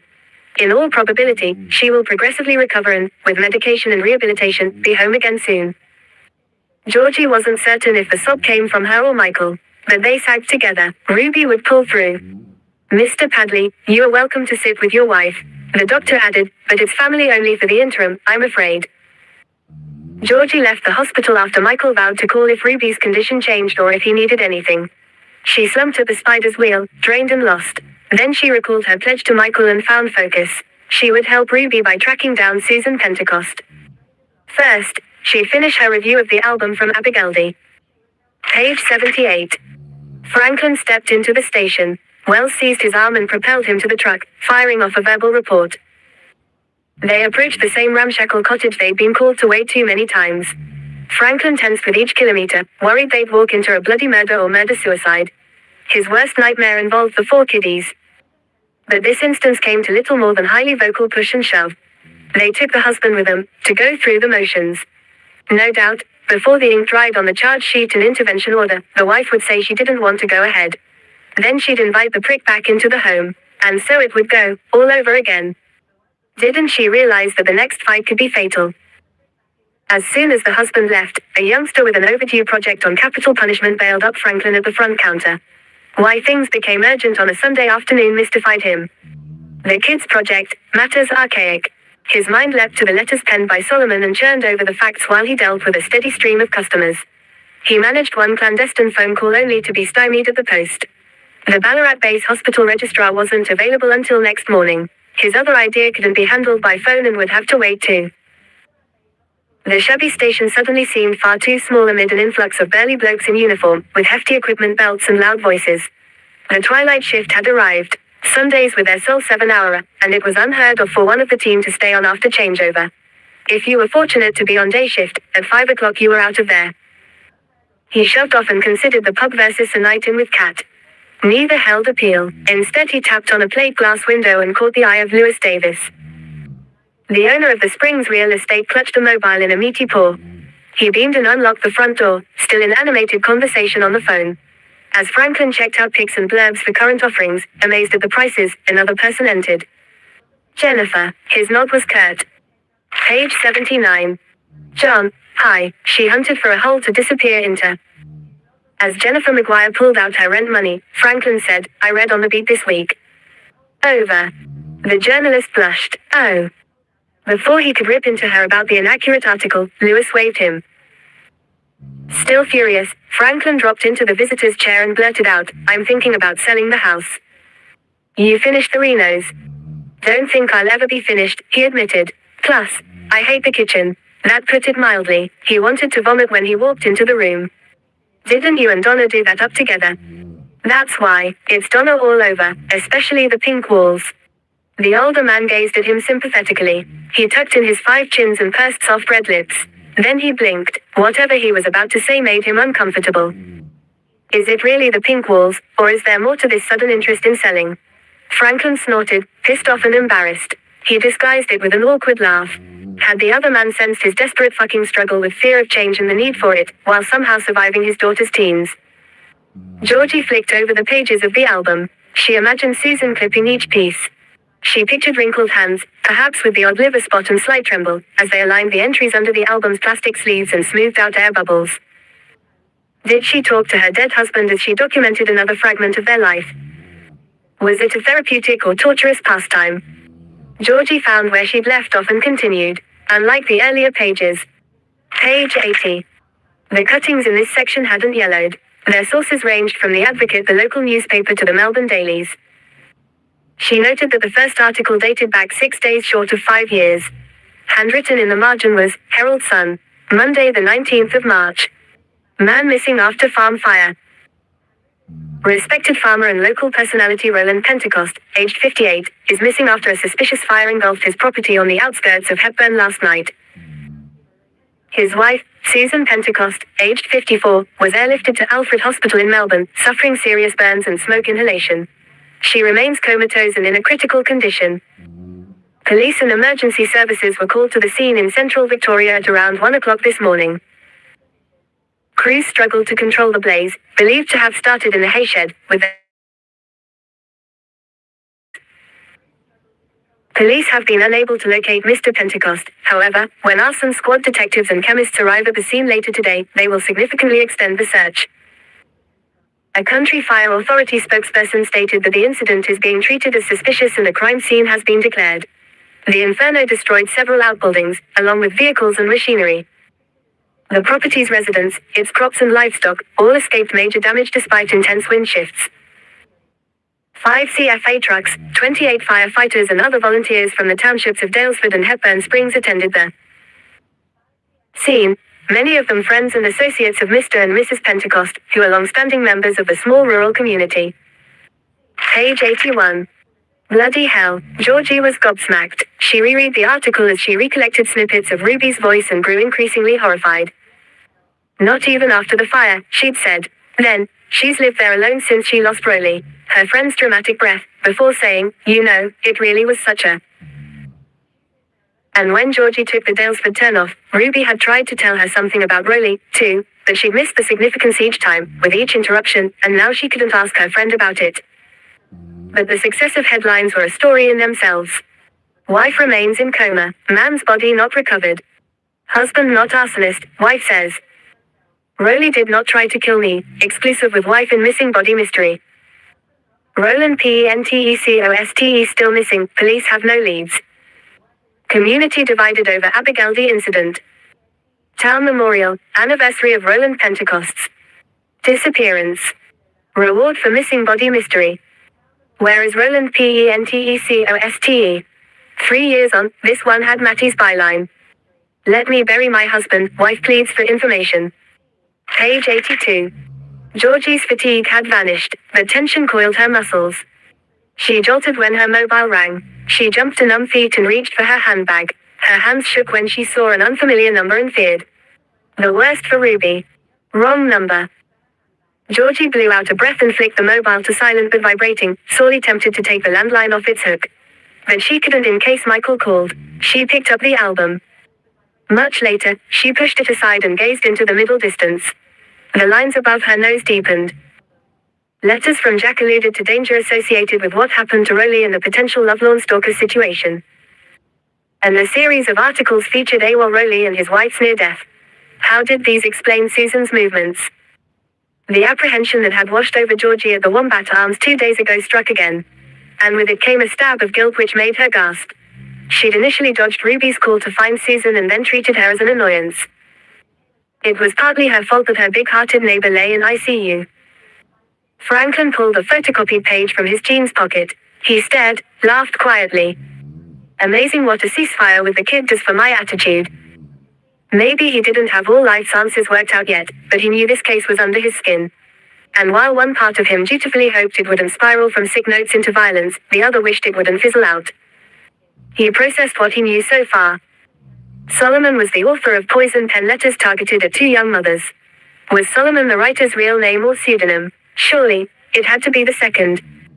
Page 83. The women became friends after the birth of their children, on the same day, at the same hospital, 4 weeks ago. Was Ballarat Base Hospital the link? Apart from the timing and location of the births, the Dalesford women were both unmarried, which formed another common denominator. Yet, Taylor lived with her parents, Lauren with her long-term de facto. Franklin reread Taylor's letter for the umpteenth time. Your illegitimate child has been born outside the sanctity of marriage and against the values of our society. Only virtuous women deserve children. The Bible says the Lord hates the ways of evil people. You and your bastard walk the road of death unless you beg his forgiveness and atone for your sins. Solomon. The words were an island on the A4 sheet, large margins at sea. The irregular capitals screamed judgmentally. Everything about the letter seemed deliberate, from the precise word spacing and calligraphic script, to the single underline below the signature, and totally wacko. What did Solomon imply about walking the road of death? She had numerous acquaintances and a select group of good friends. They were those who stood by her no matter what, who even after a long interval picked up right where they'd left off, and who corresponded for years before meeting again only to nearly fall over backwards because their friend had changed. They'd grown old, lost their hair, or developed a pot belly, or in her case, become more weather-beaten on top of the scars. Nonetheless, they were the same people under the skin and on paper, just the outer wrapping altered. Page 84. All that aside, she was pleased to have made a new friend. They'd met a few days ago but instantly connected, perhaps because they were very different, yet also alike in many ways. She longed to see her again and felt infused with a vigor that had been lacking in a while, along with less pain in her chest. Now, when she held her hands on a horizontal plane, they barely trembled. She dropped her hands and looked into the horizon, her lips puckered. There was an era when she wouldn't have questioned her impression of a person. She would have trusted her instincts and believed the goodness in the smiling eyes and kind words. But she was a different woman these days. Page 85. Part 2. Page 86. Monday the 15th of March. Page 87. Chapter 10. Georgie lay with her hands behind her head. A smile unfurled, then dropped. She chewed her bottom lip. Fear for Ruby, curiosity about Rowley, connection with Susan, these had merged into a primal need for the most basic comfort of sex. Indeed, amazing sex. Did that make her amoral? Did it matter? Her hands slid under the doona and over her body, reviving the night before. The front door banged. She met him in the hallway. An aura of cold air clung to his clothes and hair, along with tinges of beer and aftershave. He wound his footy scarf around her nape, drew her close. They melted into each other and kissed, their tongues probing. He pushed her against the wall, pinned her arms wide. Intense hazel eyes stripped her naked. Her hot nipples stood erect. Their breaths were ragged. Impatient fingers tore off clothing that dropped to the floor. His sweater, her black turtleneck, his blue jeans entangled with her moleskins. His sleeveless gray t-shirt pulled against his chest and hard biceps. As his fingers traced her belly, his cold bracelet shocked her skin. Her breast swelled inside the lacy black bra. She almost came when his lips trapped a nipple. He nipped and teased.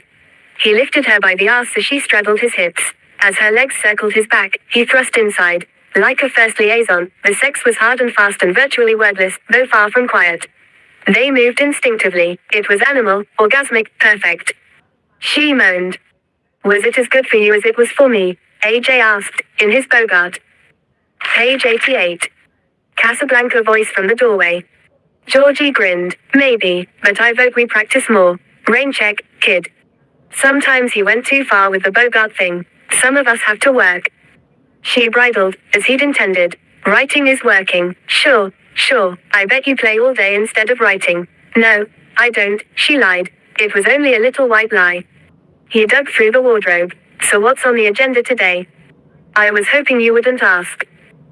6 years ago they'd had a fling at the law firm, literally at the firm. They'd been on again, off again since and had cohabited here in Richmond for the past 3 years. AJ Venter now had become more responsible and oppressed by his parents' expectations and the conservative men's club of law. He'd be up in arms over her first search at Abigail D and her borrowing of Susan's effects, let alone a return trip. Even her promise to Michael wouldn't count. I'd say it's black and white, none of her business. Ruby and Michael filled the terrible gap left by her dad and Grandma Harvey, and she hated to think about their mortality. So if they were worried about Susan, it was her business. Georgie frowned. With her neighbor in intensive care, she couldn't ask the myriad pressing questions. What happened to Rolly? Who was this secret admirer, Jack, and how did he fit in? Had Ruby recalled the names of friends or siblings? Could she elaborate on the disturbance that preceded Susan ringing off?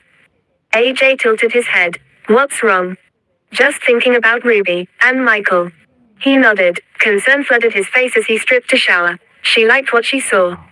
So what's on today? He asked again. Damn, thought I'd sidetracked him. She rolled over and mumbled, oh, not much. That wasn't a little white lie. Page 89. But a black one. Must be nice being a lady of leisure.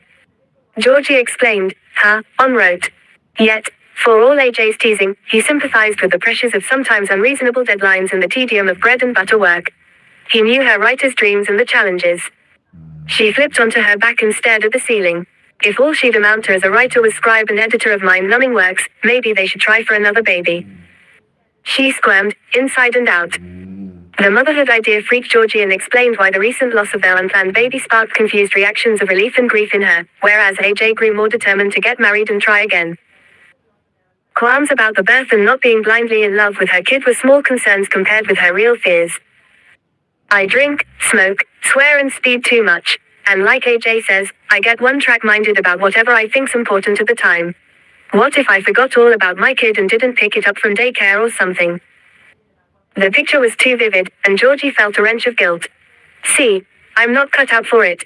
Ask me again in 5 or 10 years. Did they have 5 or 10 years? If they ditched all talk of weddings, they fall back in sync. Could they regain the closeness they used to enjoy but lately she shared with Bron, Livia and even Matty?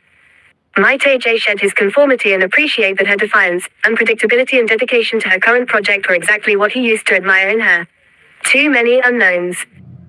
Georgie closed her eyes and resolved to pick up her game and make this the year she got noticed as a real writer. Already dreaming about your lazy day? AJ chuckled. He snapped her legs with his towel. She sighed in relief when he didn't press the point, forcing another lie. Instead, he donned suit and tie and joined other commuters in their rush to work. Page 90. Many afflicted by acute Mondayitis. Under the shower, she reflected smugly. Despite its Big Dipper ride in emotion and income, freelancing ousted dread of the first day of the working week. Periodically, it was more akin to play than work. Not that she'd ever admit it to AJ. Dalesford topped the day's agenda. But before that, Georgie made a call. Mrs. Padley is in a serious but stable condition. The ICU ward nurse was helpful but professional, saying the requisite minimum. I'm sorry, Mom, but visits are limited to immediate family at this stage. Perhaps in a few days. Yes, I believe her husband is with her. Of course, you're more than welcome to call again. While her fingers were in the mood, Georgie tried Abigail'd. As before, the call rang out. She sat on the back step with coffee mug and cigarette and contemplated the complexity of life. Around her, Molly played solo soccer, Phoebe groomed herself in readiness for a catnap, and a russet leaf fluttered down to soak in a puddle. Clearly it was people who made life complicated: relationships, ambition, greed, even or especially sex. That was the crap that cluttered things. She retrieved the spider from next door and headed for Dalesford. Facts and images churned in Georgie's brain during the long drive. Ruby's heart attack triggered by anxiety for her missing friend. A community that turned on Rowley after he vanished, with many of them believing him capable of assaulting his wife, of embezzlement, of a double life as a secret agent or bigamist. Georgie's impression that he and Susan were kind-hearted souls. Her growing angst for the missing woman. Missing woman, when did I make that jump? Page 91. Chapter 11. Franklin nicked himself shaving, swore and reached for a tissue to staunch the blood. He knocked Kat's uncapped lipstick into the vanity bowl, cursed again and used the tissue to swipe the wine-colored goo. Why can't she put her stuff away? He drifted to the previous night and breakfast this morning. He and Kat had achieved a truce, yet he felt uneasy. Was this new makeup the spoils from a previous shoplifting dalliance? Wasn't she too young for war paint anyway? She was pretty without it, didn't need to make herself look cheap. Although she would no doubt complain, "Oh, Dad, I don't want to be pretty, I want to look hot." A drop of blood splotched the basin. Hand lifted to rinse the bowl, he paused. The lipstick residue on the white porcelain resembled the substance on Christina Van Hokel's bonnet. He rubbed, sniffed and even tasted it. Well, he said, then smiled at the image of himself in an English bobby's hat and rocking on his heels.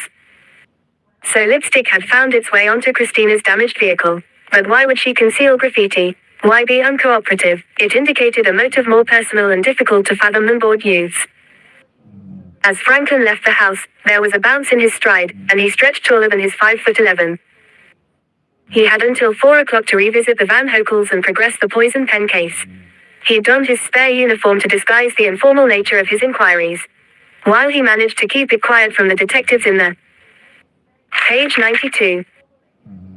Crime Investigation Unit located half an hour away at Bacchusmarsh, or even Lunny. He could work the cases his way and get a taste for being the detective he'd aspired to be but was stymied by circumstances. Pumped, he hummed the Rocky III theme song, Eye of the Tiger. The overnight rain had cleared and roads dried. So far it was fine but not a stinker. It called for a spin on the Ninja.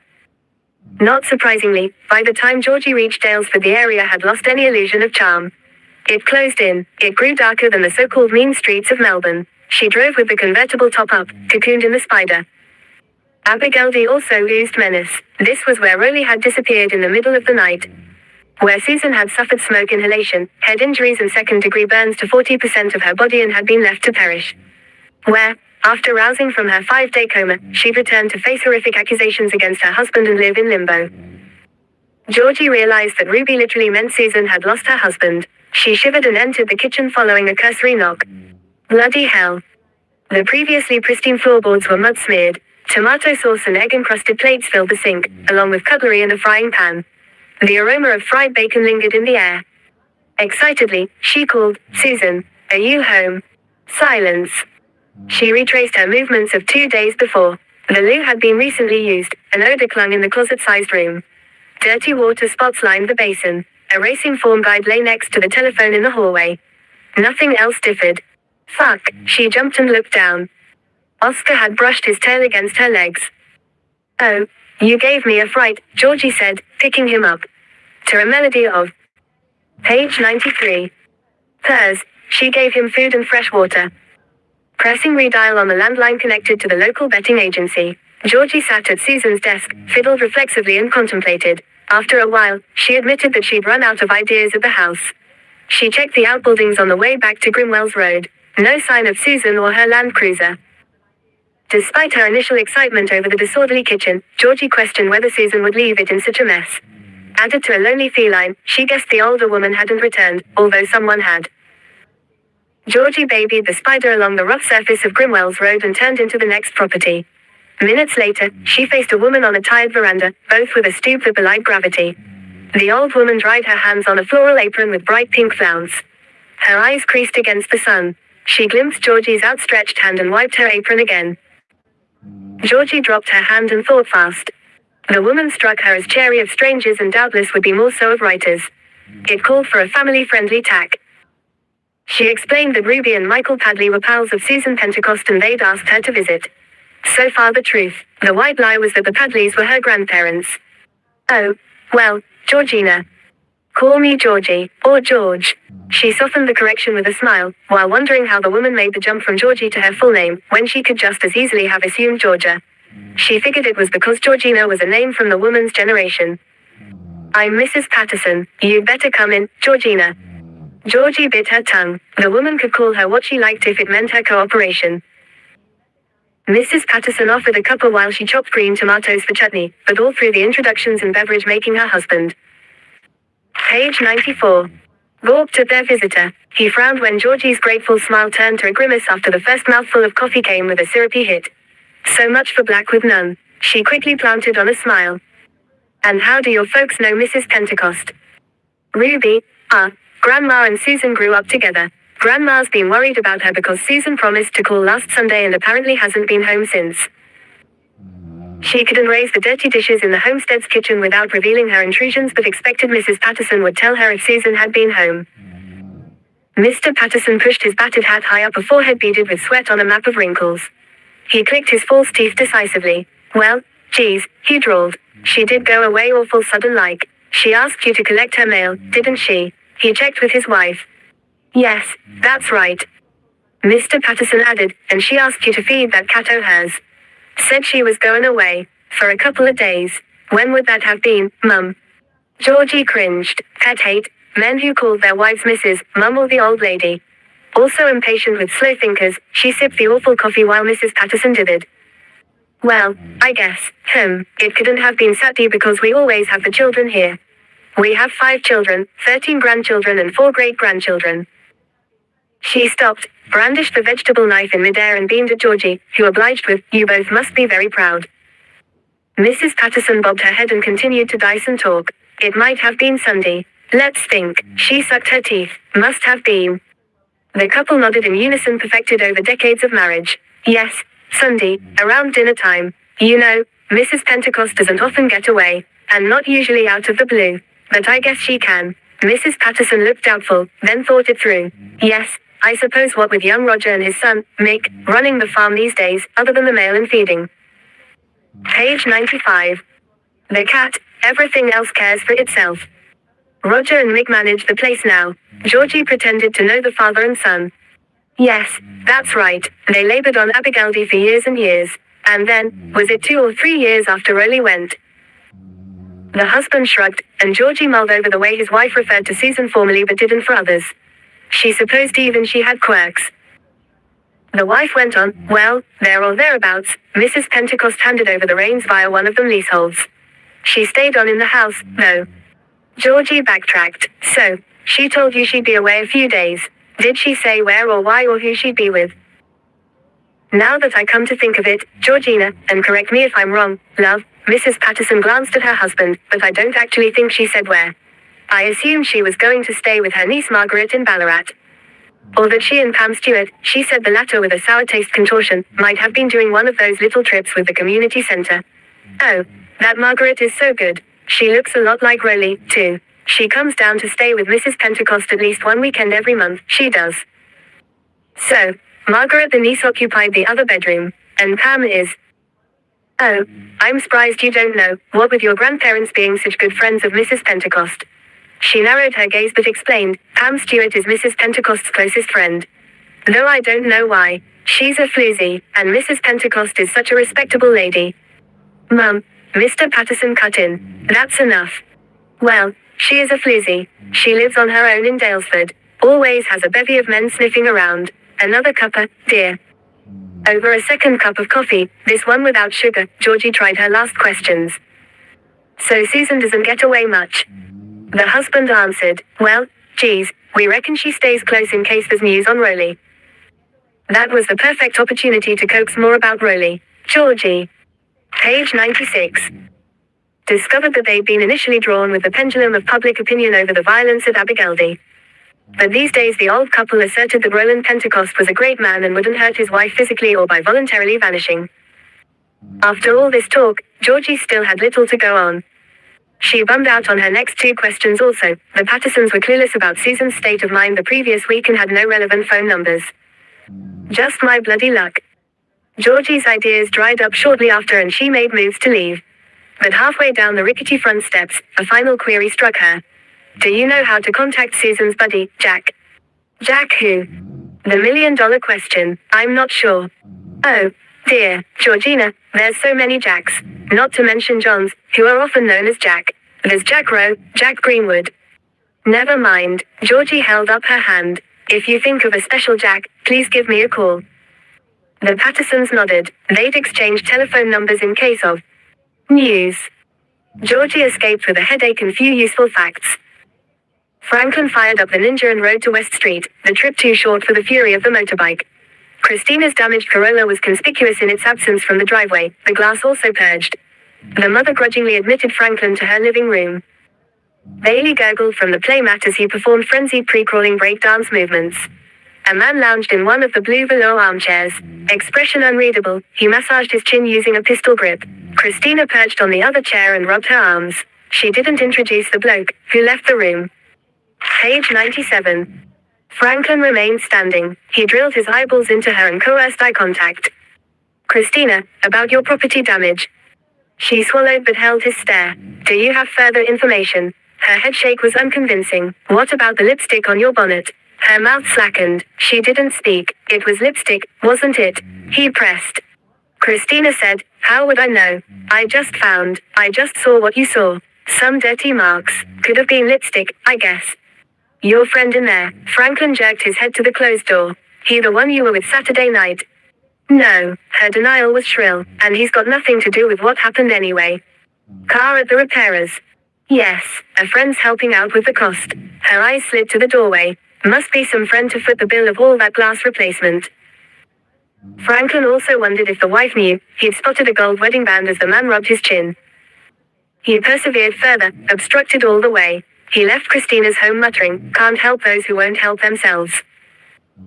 Even so, Franklin planned to identify the boyfriend and check whether his wife had retaliated against the affair. He'd also investigate Christina's ex-lovers. In yesterday's door-to-door, a neighbor had named the man suspected of being Bailey's father. The fellow was of interest to police but only had form for theft. Unless spite was his motive, Franklin found it hard to fit him in the frame. Still, a lead is a lead. The neighbors opposite Abigail'd weren't home, and after she knocked on the page 98 flywire door of the house on the other boundary, Georgie heard clicks and buzzes. The crude sign on the front gate saying keep out hadn't deterred her, but it unsettled her to be forced to converse through the heavy mesh on the screen door. She squinted and just made out an attractive woman in an electric wheelchair with a young boy perched on her knees. Haven't talked to them from over there in years amounted to the extent of the neighbors' cooperation. Meanwhile, her little boy didn't speak or move. His mother said, got nothing more to say. As she maneuvered the chair around the door to shut it, Georgie saw a painful shiner in a rainbow of black, blue and yellow. The woman silenced her with bloodshot eyes and slammed the door. Some people have their own secrets and demons to battle. Page 99. Chapter 12. Before Franklin wasted more energy on Christina Van Hokel's HALF call for help, he would throw himself into the poison pen case. While the letters reeked of an unhinged religious element, he couldn't ignore the obvious common denominator for the young mothers, Ballarat Base Hospital. He rang the hospital registrar and after a few minutes on hold ran through the preliminaries with the woman. Her astute questions gave him a positive first impression. He broadened the inquiry period to 3 months, noted details for the core maternity team and received a promise from the registrar to email the rota along with a list of admissions for that time frame. Although the Berkeley and Morris babies were 4 weeks old, a wider picture might reveal something pertinent. She provided names of the medical staff on the ward when Taylor and Lauren went into labor but hastened to add, of course, you can't forget the volunteers, cleaners and personnel that move between the wards. We're a public hospital, we don't have the luxury of St. John's. My staff has to multitask, doing quite a bit outside the official job description. Franklin mentally tacked on paramedics, specialists, administrators, catering crew and orderlies. In all, he faced an extensive suspect base from this line of inquiry alone. Added to his pet theory, and if he also considered family and friends of the two women, he would be resource challenged, yet a thrill tickled his spine. That's what I'm talking about. Page 100. He panged with guilt. Lauren and Taylor's privacy had been violated, and they'd been intimidated. More than that, Solomon's letters arguably constituted threats to kill. It was vital that he narrow the list of suspects, then apprehend the perpetrator before those threats escalated into actuality. Franklin wrapped up with questions for the registrar to put to her midwifery team. I'll do my best to get back to you soon, but it'll depend on how busy the mums keep us. He had to be content with that for now. Luckily, that was just Franklin's warm-up. Next he caught a few envious looks as the blue over white Kawasaki chewed the Midland Highway. He hugged the curves of the bushed area on Dalesford's outskirts and full-throttled through the open plains of the spud and crop country that followed. He smirked as he always did when he passed the Swiss Mountain Hotel in Blampied. Whoever named it must have had a great imagination. The humble weatherboard pub with its one ute parked outside couldn't be further from a chalet hotel on a lofty mountain. Not far past the pub, he hooked left onto the Blampied-Mollingip Road. After the long straight and 3 more left turns, he reached Dingley Dell Road. Then, his destination, a bush block and its rutted single track in lieu of a driveway. On arrival, he reflected wryly that the upside to his slow battle with hair loss was no worries about helmet hair. He ruffled the fuzz on top and approached the weatherboard cottage. Cottage, Franklin corrected himself to house. That ugly square box without eaves or verandas and in constant darkness from the thicket of trees that overhung it couldn't be called a cottage or a home. At this point, he realized his brain had gone into overdrive. He admitted to the keyed-up sensation he got when in pursuit of a strong. Page 101. Lead. The hospital angle was necessary to check and could only be eliminated once he'd exhausted it, unless Solomon was just meters away, inside that bleak house. Franklin was so tense he jumped when his mobile rang. Shit, he fumbled through the pockets of his leather jacket. When he answered, the hospital registrar leapt straight in. I managed to speak to 3 of the girls who had contact with both your mums and none are aware of threats to patients or staff, then or now. Or nasty letters. And did they recall anything unusual on or about the 9th of February? He'd asked her to question her staff specifically about the day of Taylor and Lauren's births. Odd or upset visitors, commotion between the mums. No, nothing. Did they remember Taylor Berkeley and Lauren Morris? Oh, yes, especially Taylor. The girls said she was a rowdy one. She added a few words to their vocabulary that day, and that's hard to do in our job. The registrar laughed, then seemed to hold the receiver closer to her mouth. Can you tell me more about the case? I'm sorry, not at this stage. He heard her sigh. She must have enjoyed something out of the ordinary. I'll talk to other staff confidentially and get back to you if we come up with anything. And I'll email that info you asked for later today. He thanked her and pocketed his phone as he rapped on the flywire door. Flakes of paint dropped off with the vibration and fluttered to the ground. Franklin banged again. A kookaburra laughed, mocking him, but the place was otherwise hushed. The front door had opaque glass panels and the house was raised on brick footings with just a few miserly windows up high, so he couldn't see inside. Just the same, instincts told him that Arthur Hammer wasn't home. He moved to the back door, the one sunny part of the property. The fetid smell of a corpse hit him and he recoiled. How could he forget? Page 102. Art had 2 potted plants, one each side of the doorstep. 2 fucking ugly cacti with flowers the color of the rotten meat they smelled like. He blocked his nose and knocked but knew it would go unanswered. Art's bicycle was also absent from its hang outside the back door, so he might be in town for supplies or on one of his regular rounds of nearby pubs, preaching to the unconverted. Franklin lost track of time as he traversed the local area. He checked the obvious places, no sign of Art or his ancient racer. His last loop past the man's Mollingip property meant he had to push the Ninja to make it back for change of shift of 4. Fortunately he hadn't passed a radar. That would have taken a fancy tap dance. Or he would have copped a hefty fine, demerit points and a stern lecture about setting an example for the rest of the community, speed kills, even police officers. Don't get too comfortable, Scott Hart said. 1 foot inside the station, Franklin replied wryly, Hi, honey, I missed you, too. We're going to Mishan's farm. The wife wants to hand in hubby's unlicensed Winchester. She's sick of him waving it around when he's pissed, although she's more worried he'll shoot himself in the foot than anything. At any rate, she wants it out of the house while he's in Shep today. Keys, Franklin said and thrust out his hand. Through her commercial litigation past life, Georgie had discovered it paid to approach inquiries with a veneer of pleasantness and a core of persistence. Generally that opened the vault of data, some useless, some priceless. And so with relative ease she obtained information from the local and Ballarat-based hospitals and medical centers. Good news, bad news, Susan Pentecost had not. Page 103. Been hospitalized or recently under the care of her doctor, who was Dr. Ibrahim's in Daylesford. Similarly, the local shopkeepers knew Mrs. Pentecost from Hepburn but hadn't seen her since at least the weekend before last, which corresponded with Ruby's aborted telephone conversation with her old friend and the Patterson's story. Georgie took a break in Daylesford to digest information gathered so far. Mid-afternoon on a Monday, back to sleepy mode in the town. Most of the cars and people she picked as locals. There was abundant parking and a relaxed pace, even down at the lake. Yet, as she sat on the deck of the Boathouse Cafe and looked over the sparkling water, she almost ached with frustration and angst. In her legal job, she'd skip-traced, coaxed information, negotiated deals and even bullied the other side. That experience had been a debatable asset in court 3 days ago and she felt out of her depth now.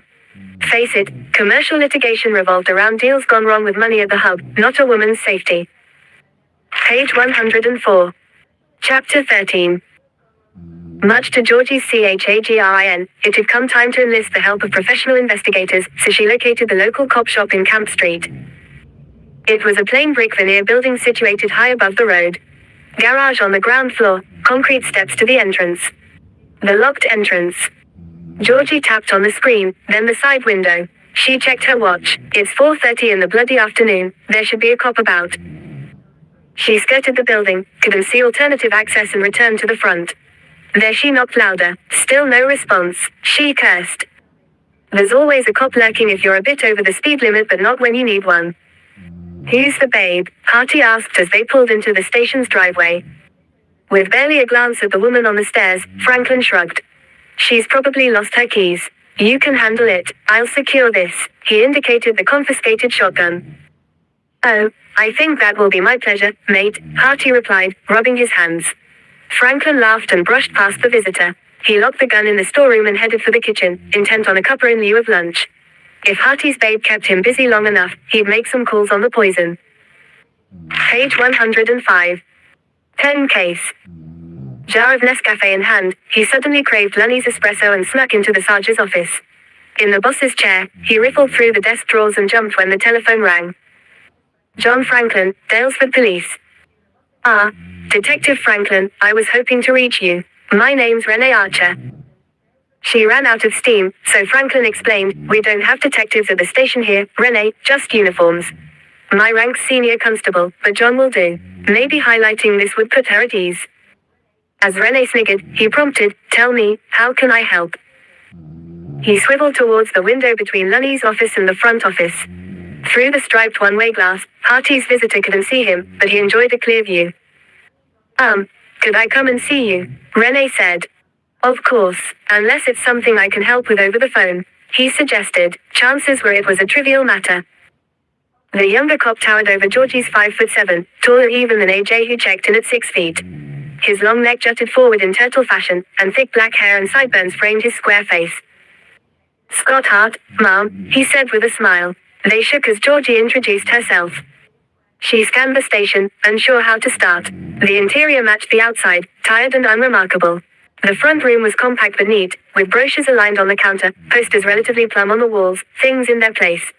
It was less austere than the cop shops she'd unfortunately encountered before.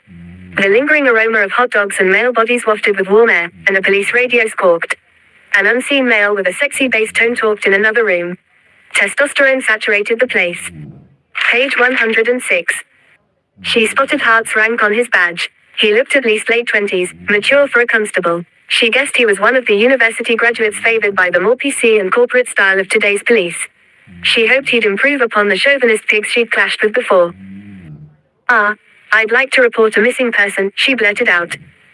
Hart's grin dropped. He pulled a form from the filing cabinet and plucked a pen from his top pocket.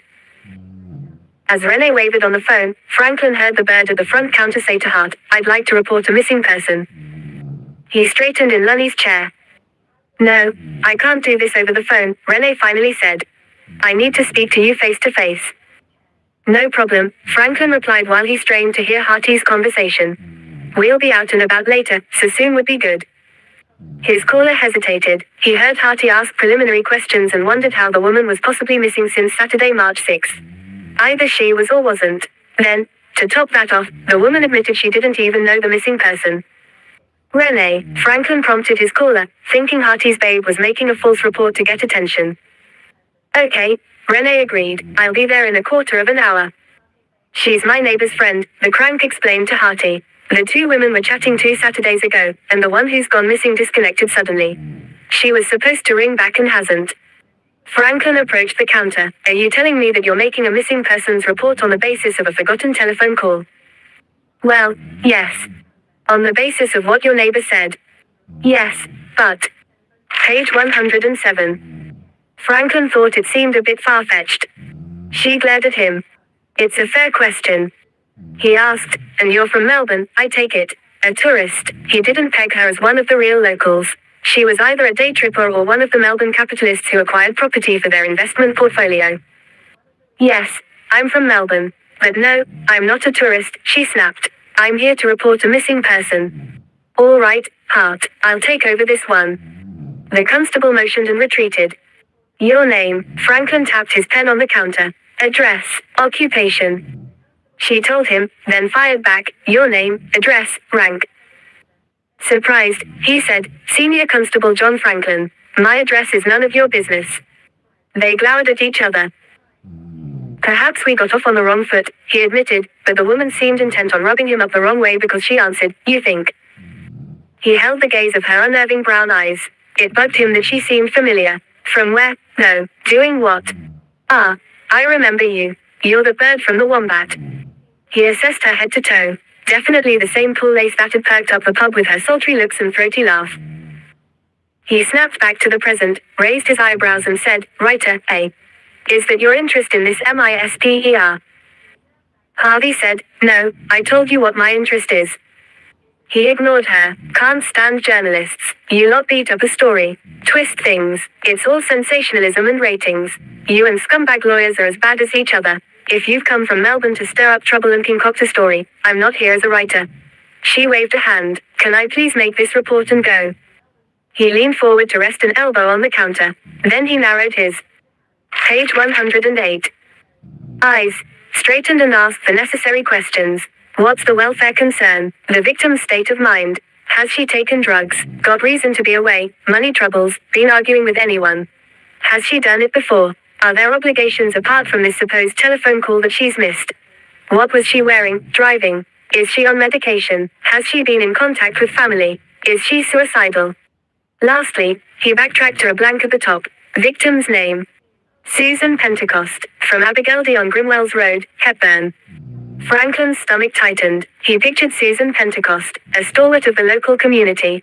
Warm and generous, stoical and deeply religious, all of which had been tested in the wake of her husband's disappearance. Had the strain ultimately pushed her over the edge? No way, she'd survived the fire, media frenzy and public speculation. She wouldn't suicide now. He mentally thumped his forehead. This wacko from Melbourne had him overreacting. Susan was on holiday. He completed the balance of the report, gave Harvey the duplicate copy and said, it's quite clear that Mrs. Pentecost made arrangements with her neighbors to collect her mail and feed her pet after planning a holiday. There's absolutely no reason to be afraid for her welfare, Ms. Writer. She blushed. Franklin concealed his amusement. Look, keep in touch. If she's away for an extended period, we may upscale it. Can't you make your inquiries now? On the basis of what? A writer's overactive imagination. Whatever, you just sit on your hands then, and I'll find her, she said sarcastically and left the station. At the same time as Harvey slammed the front door, Franklin had the last word, go back to Melbourne, Ms. Writer. There's no need to worry your pretty little head. Harty joined him at the window and they watched her climb into her swanky convertible. He said, bit of a stunner, isn't she? Page 109. Franklin gave him a quizzical glance. Not my type of woman. His mate slapped him on the shoulder and said, sure there. He dodged Franklin's backhander and retreated to the muster room. That went well. Not. Georgie said inside the Spider. The cops were useless, so she'd have to keep bumbling away until the pieces of the puzzle dropped into place. Then she'd make Franklin eat humble pie. Shit, she realized that she'd monumentally fucked up. She'd overlooked a potential lead. She immediately checked the online white pages via her mobile for a Margaret Pentecost in Ballarat. From her conversation with the Pattersons, she knew spinster Margaret had to be on Rowley's side of the family, considering the said resemblance to her uncle. That being the case, she must have a silent telephone number because there were no M Pentecosts, in fact, 0 Pentecosts listed for Ballarat. Fortunately, Georgie enjoyed better success with a second search, and minutes later she arrived at Rose Cottage on Bridport Street. She pulled the spider onto a gravel embankment and paused to admire the garden. Lavender and old-fashioned rose bushes were in abundance, and a rambling variety entwined the picket fence and curled up the posts of the miner's cottage. At the front door, she heard strains of Louis Armstrong's gravelly Hello Dolly and inhaled the floral scents. The woman who opened the 3-panel door was slim, tall and dressed in an outfit more suited to a night on the town than a Monday afternoon at home, a black short-sleeved sweater with beaded red roses, teamed with a pleated black skirt. Bluebell-colored irises glittered at Georgie, accentuated by fluffy white hair and sparkly black daisy-shaped earrings. After introductions and reference to the Pattersons, Pam Stewart invited her in, swishing her skirt in an unconscious pirouette. The silk pleats flared and Georgie glimpsed burnished red stilettos. Page 110. That's my desire replaced Hello Dolly. Georgie adjusted her stride to the slant of the floors and ducked the doorways, copying Pam in her perfumed wake of sandalwood, jasmine and musk. They traveled through 2 tiny living areas and past 2 bedrooms to the left. They entered a large room with a carved honey-colored pine overmantel topping the fireplace. Furniture pressed against the walls and framed a dance square in the middle. Pam introduced the tubby gentleman aged in his mid to late 70s simply as Harry. He wore a black dinner suit, bow tie in the exact shade of Pam's beaded roses, and polished leather shoes. He seized Pam's hand. As they twirled, fingernails trailed up and down Georgie's spine with every nuance of Armstrong's voice and every lift and swell of the band. They separated, Harry bent in a deep bow. Perspiration glimmered on his brow, yet Pam appeared as fresh as her daisy earrings. She flicked off the compact disc player, and her man left. My dear, Pam said in a melodious tone. Sit, I'll be back in a jiffy. She re-emerged with tall glasses of orange juice. After a gulp, Georgie was smacked with a generous tequila shot. She instantly admired this energetic and unpredictable Pam Stewart, and began to see why the staid Mrs. Patterson would label her a floozy, envy. On the basis the choice of friends gave a good indication of character, her estimate of Susan Pentecost rose. Georgie launched with the phone call ode from Susan to Ruby. Pam's questions and comments helped the story unfold, albeit convolutedly, while her face reflected a collage of emotions. They digressed into Ruby's hospitalization, Georgie's promise to Michael and all manner of things in between. She stammered to a halt. Beguiled by the quirky warmth of the older woman, she'd revealed too much of herself and AJ. Pam clucked, then plied her with another spiked drink. Georgie took a few mouthfuls and a relaxed fuzz settled over her. She sighed. Then the fuzzy feeling reminded her of a nickname used for police when she was a kid, the fuzz, and in turn, the missing part of her story. Pam giggled during Georgie's recount of her visit to the police station. Oh, John Franklin's a teddy bear once you get to know him. He's rather protective of. Page 111. Our little community, which can give the wrong impression. Teddy bear. Georgie snorted. He made writer and tourist sound worse than leprosy. Pam's lips quivered. There I was thinking, it's cops like you that deserve to be called pigs, when I realized I'd seen him at the Wombat Arms a few nights ago. And, can you believe, I considered spending time with the asshole. Over Pam's laughter, Georgie added, he made me feel like an idiot. But I know something's seriously wrong.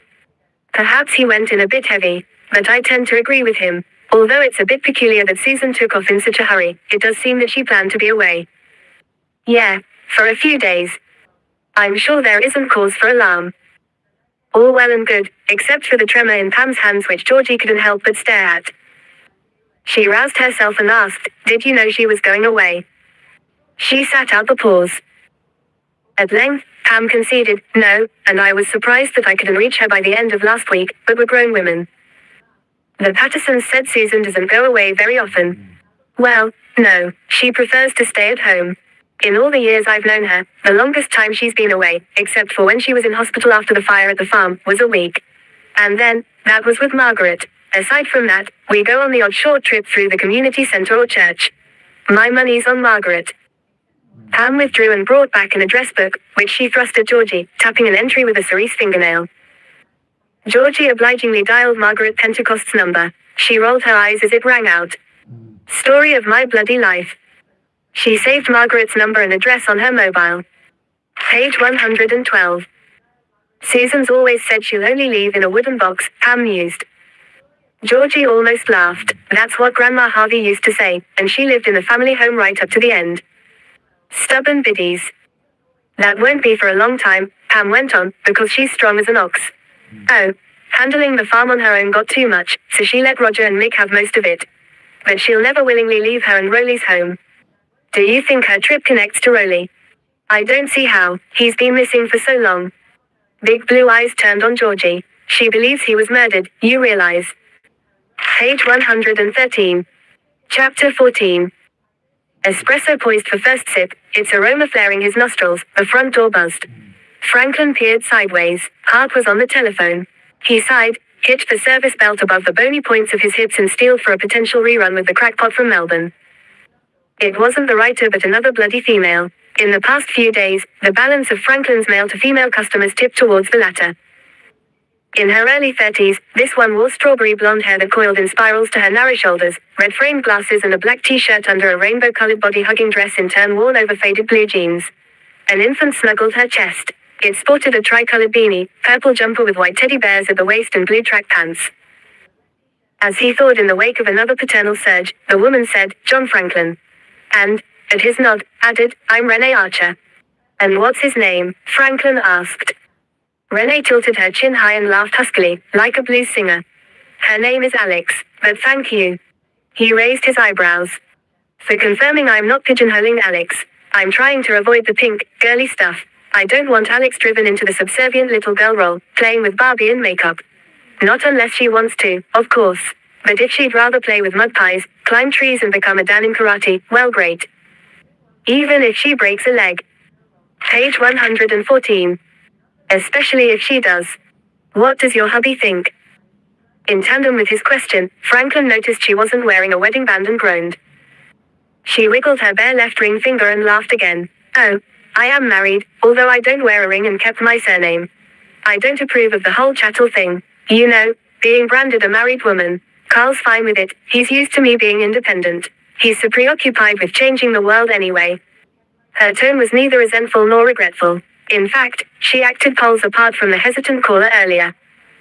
Renee seemed to perceive his thoughts. She explained, "Sorry about before, on the phone. I nearly backed out. If Carl knew I was coming here." After a beat, she added, "But now that we've met him with what Taylor and Lauren said."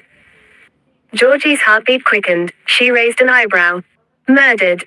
Believes he was murdered. They still don't know what happened to him. Oh, there are plenty of theories, but I don't think we'll ever be certain. Not after this long.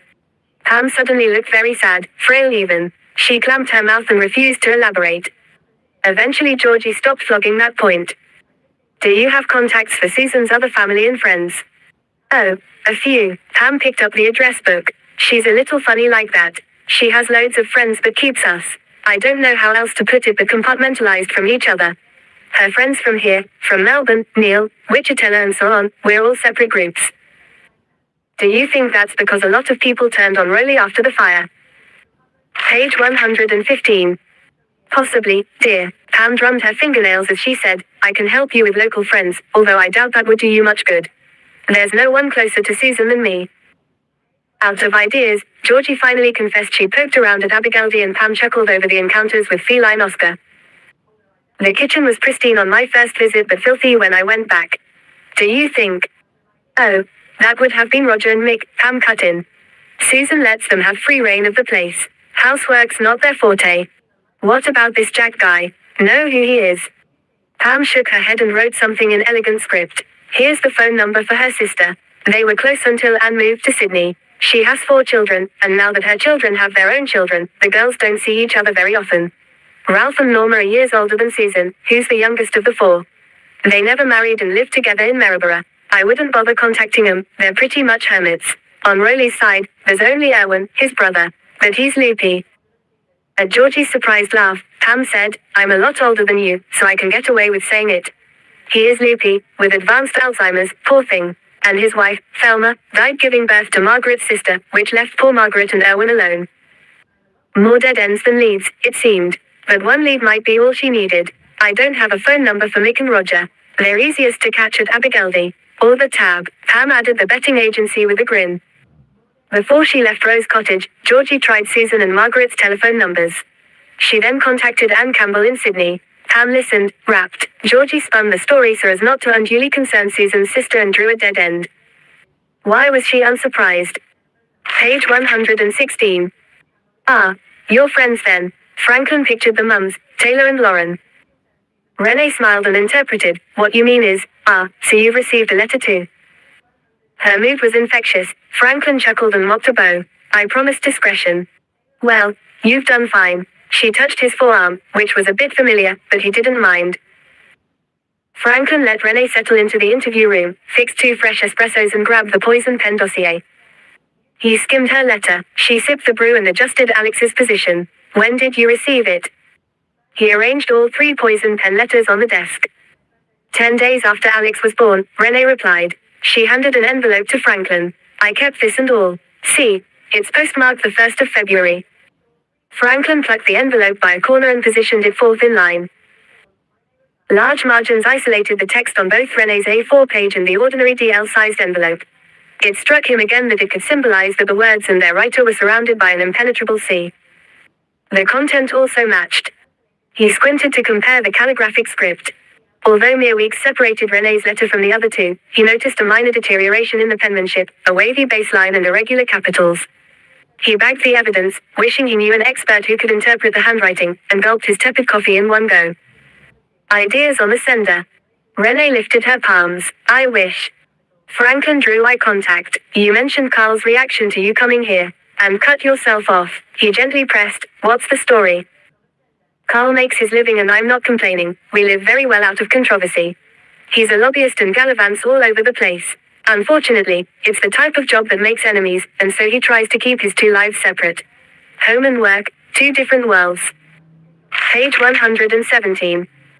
Franklin chewed over the word enemies as Renee continued. We used to live in Melbourne, but 12 weeks into my pregnancy with Alex, I was mugged. In the car park of Chadstone Shopping Centre, would you believe? One of Carl's enemies. No, it seemed unrelated to Carl's work, but he still thought I should have a bodyguard and live in a fortress, but I put my foot down. I've no intention of living a half-life, always fixated on what might happen. I'm a glass half full type, if you hadn't gathered. She faltered. Franklin nodded and inched nearer. Okay, let me back up a little. Alex was fine, but I wasn't going to take chances with my bub after the mugging, so I decided we'd move to the country. Dalesford would be an ideal place to bring up kids, plus there'd be a network for my poetry. To keep the peace with Carl, I agreed to his security precautions at the house. I take my own little protective measures while he's traveling, but I never dreamed Dalesford would be anything other than safe. Well, I was shocked when the letter arrived. Do you think there's a connection to Carl's work? No, her reply was firm. If it were just me that got a letter, maybe, but with the other 2, no, there's a bigger picture here. Someone with a vendetta against unwed mums. The writer assumed you're an unmarried mother. And I guess that's my own fault. No ring, going by Ms. Archer, phone listing under my name, that's because I balked at a silent number. And I guess I don't talk about Carl much. It's one of my protective measures. If I don't say too much, I won't let it slip when he's traveling. He was away for Alex's birth. That's a real shame, Franklin commiserated. No, that's life in our house. Renee chuckled. Seriously, I'm used to it. At least we never go past the honeymoon stage. Each time he comes home. Franklin blushed. Too much information. How do you know Taylor and Lauren? Page 118. The maternity center first, then we met properly at Mother's Group and hit it off straight away. Has there been contact from Solomon since the letter? She paused, but he got the impression she'd already thought it through. I've had a few hang-ups on the phone. I pick up, the line's open but no one speaks. Could be Solomon, I guess. No follow-up letters. She shook her head. Have other mothers received letters? Don't know, Renee grimaced. The 3 of us met for coffee this morning. Lauren doesn't want all this to get out and end up the hot topic of gossip. She only let Taylor quiz me because we're friends and we 3 don't fit the mold. I mean, the others are married and wear big rocks to advertise it. It's patent that this Solomon is targeting unmarried mums and got it totally wrong with me. Sure did, Franklin agreed, then asked, where did you have the birth? Same as the other 2, Ballarat base. Carl wanted me to go back to Melbourne and have Alex at Cabrini or at least St. John's in Ballarat. But I'm no snob. I don't need a private hospital. I'd rather be in a ward than stuck in my own little room with no one to talk to. They chatted further, then Renee departed, and Franklin returned to the Stark interview room to ponder developments. He updated his daybook, concluding with, Solomon seems to have made a mistake in sending a letter to a married woman. Lack of research, made assumption regarding Renee. Alternatives, letters are random and or sent to all new mothers. Or Solomon does realize Renee is married but is judging her alternative lifestyle. Common denominators, babies under 3 months old and born at Ballarat base. Part of same mother's group. All visit local maternal health center and live shop here. Check, if share medical clinic, general practitioner, obstetrician, etc. Page 119. Harty entered as Franklin was stroking his chin. All good in here. Franklin closed his book and gave a thumbs up. The inspector wants us to drop Mishan's firearm into Bacchus Marsh, then go across to Ballarat to pick up a brief and some internal mail. After that, he wants us to do a radar patrol on the Midland. He and Lunny have copped hoon complaints. One of those hoons was the rider of a blue over white Kawasaki Ninja and definitely knew better. Franklin jumped to his feet. The front door buzzed. As Harty moved to answer it, he said, leave in 5 or 10. No probs. Franklin reckoned that'd give him enough of a window to check his emails. It took 10 minutes to log off his partner and get back into the system, thanks to the antiquated server. He seldom gave out his email address and there were just 3 messages despite it being almost a week since he'd checked the inbox. The most recent had been sent by the registrar of Ballarat Base Hospital. He printed the message and exited the system. Harty returned. My turn to drive. He jangled keys and grinned. Okay. Franklin's reply left his mate open-mouthed, but being the passenger allowed him to scan the maternity ward roster and admission details for the last quarter. No surprises that Taylor, Lauren and Renee were all listed. Another name sprang off the page. Kathy Jones, who'd had a son named Tyson on the 16th of December. Not being a fan of coincidence, Franklin pictured the mother at the bakery yesterday. Her behavior and the equivalent age of her son, it all corresponded. He made a note to visit Kathy Jones and added at the bottom of his to-do list, visit Abigaildy to check on Susan Pentecost. Franklin gazed out his side window, and his eyes flicked as the car whizzed past telegraph poles. His mind wasn't on what he saw, though. He vowed to sort out the irrational writer from Melbourne and solve the poison pen and van. Page 120.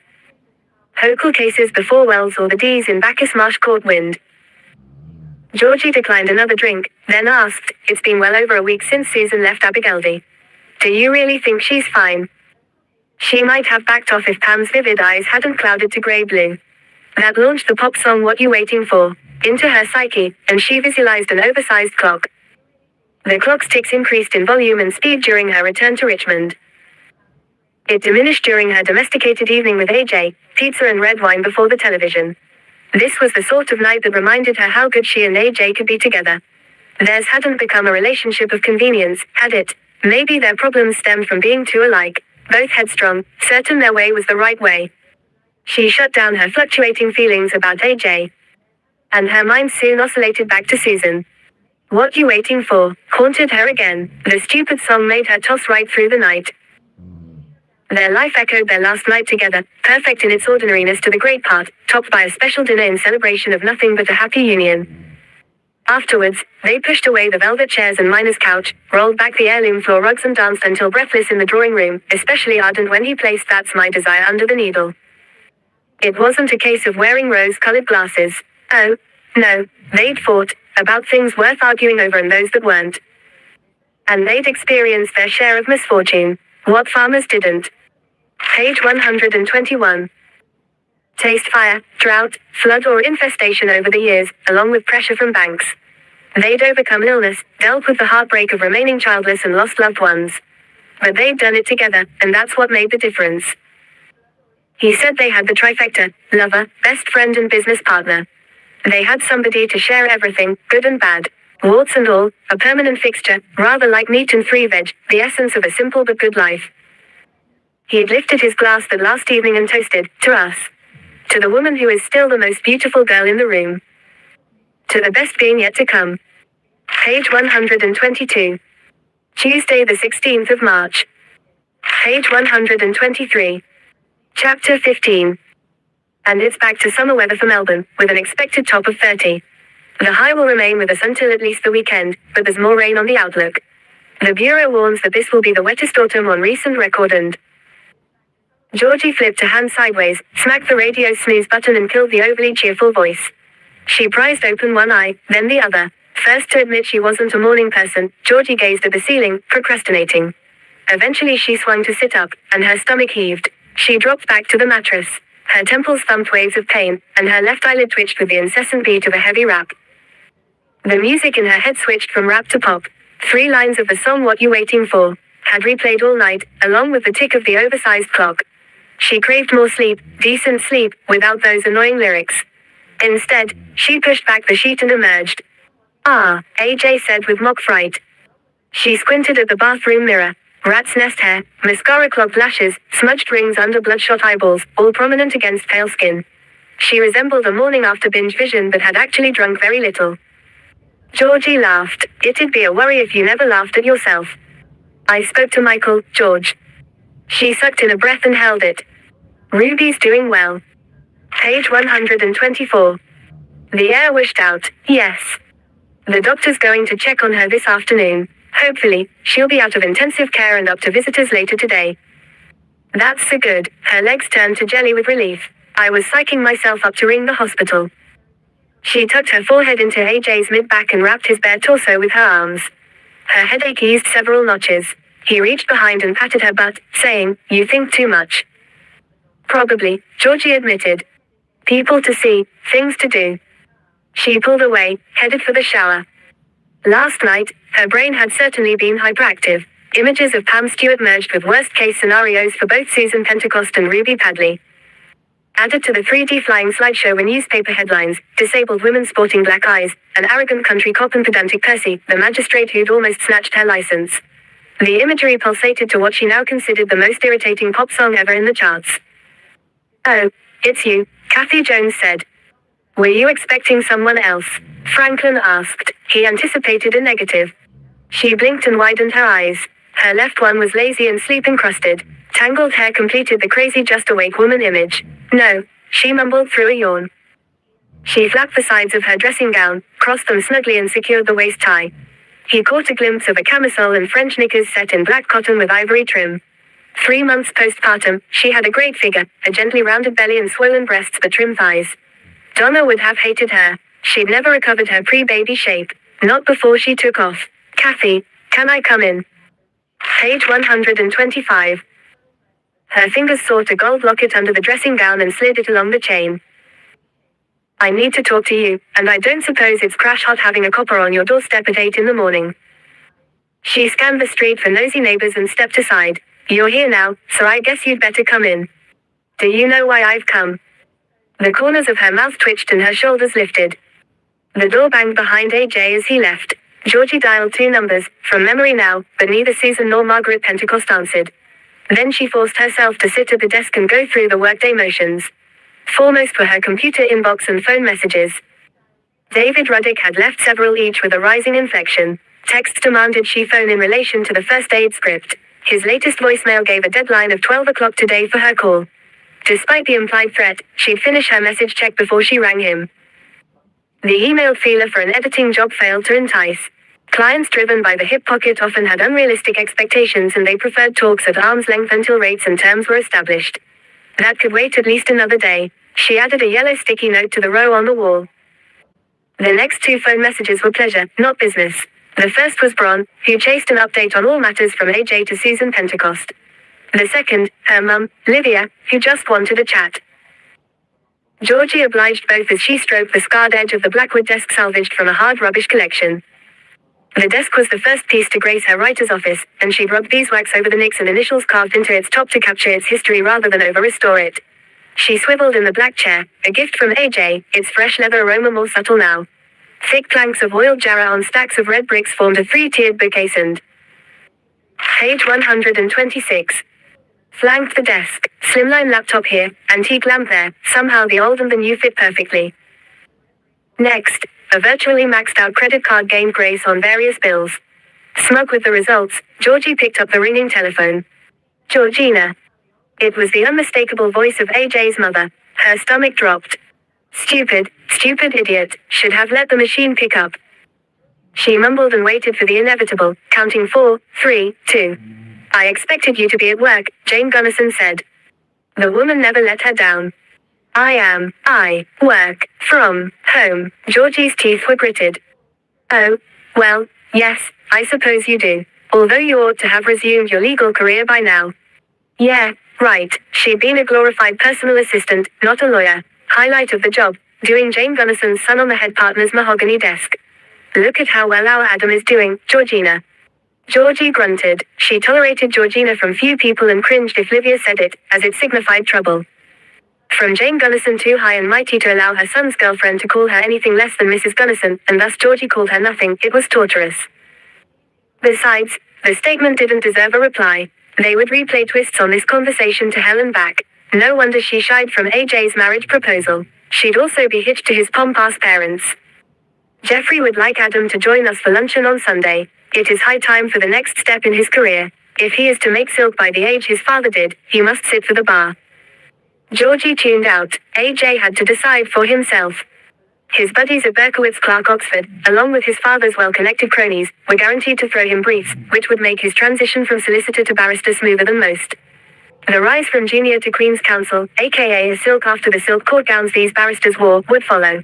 If he told his folks to stick it because he'd rather build furniture, Georgie would be far more. Page 127. Impressed. Quote ... Adam could arrive at 12, for 12:30. Georgie said. For luncheon on Sunday, oh, and you're welcome to join us, if you wish. It would almost be worth accepting the reluctant tacked-on invitation to spite Jane Gunnison. But Georgie said they'd check the diaries.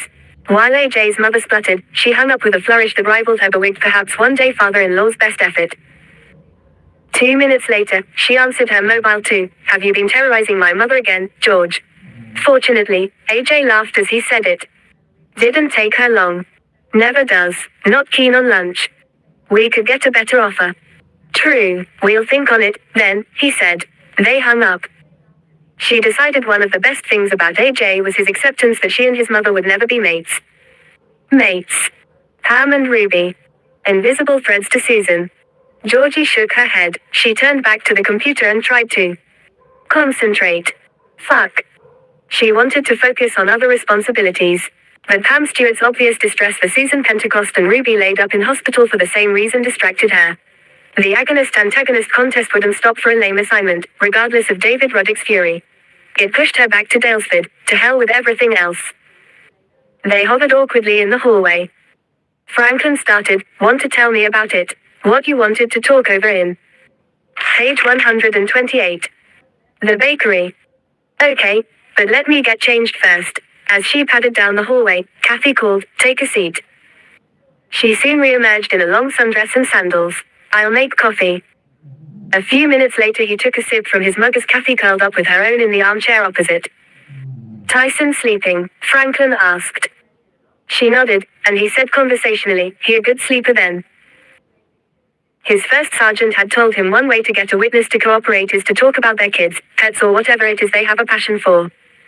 Aha, her face lit up. I've been lucky. He's been a great sleeper ever since I brought him home. Other mums are lucky to get 2 hours between naps. Want to see my photos? They pored over her brag book, so similar to Kat's Chronicle at home. Copy of the ultrasound, first cuddle and first bath pics, clipping from the local newspaper, poster paint imprint of Tyson's miniature hands and feet. All the usual, with one jarring absence, but he'd hold the subject until she relaxed more. Kathy suddenly fixed on him. I've had a letter from a crank. 2 actually, one straight after Tyson was born and the second letter last week. Franklin straightened.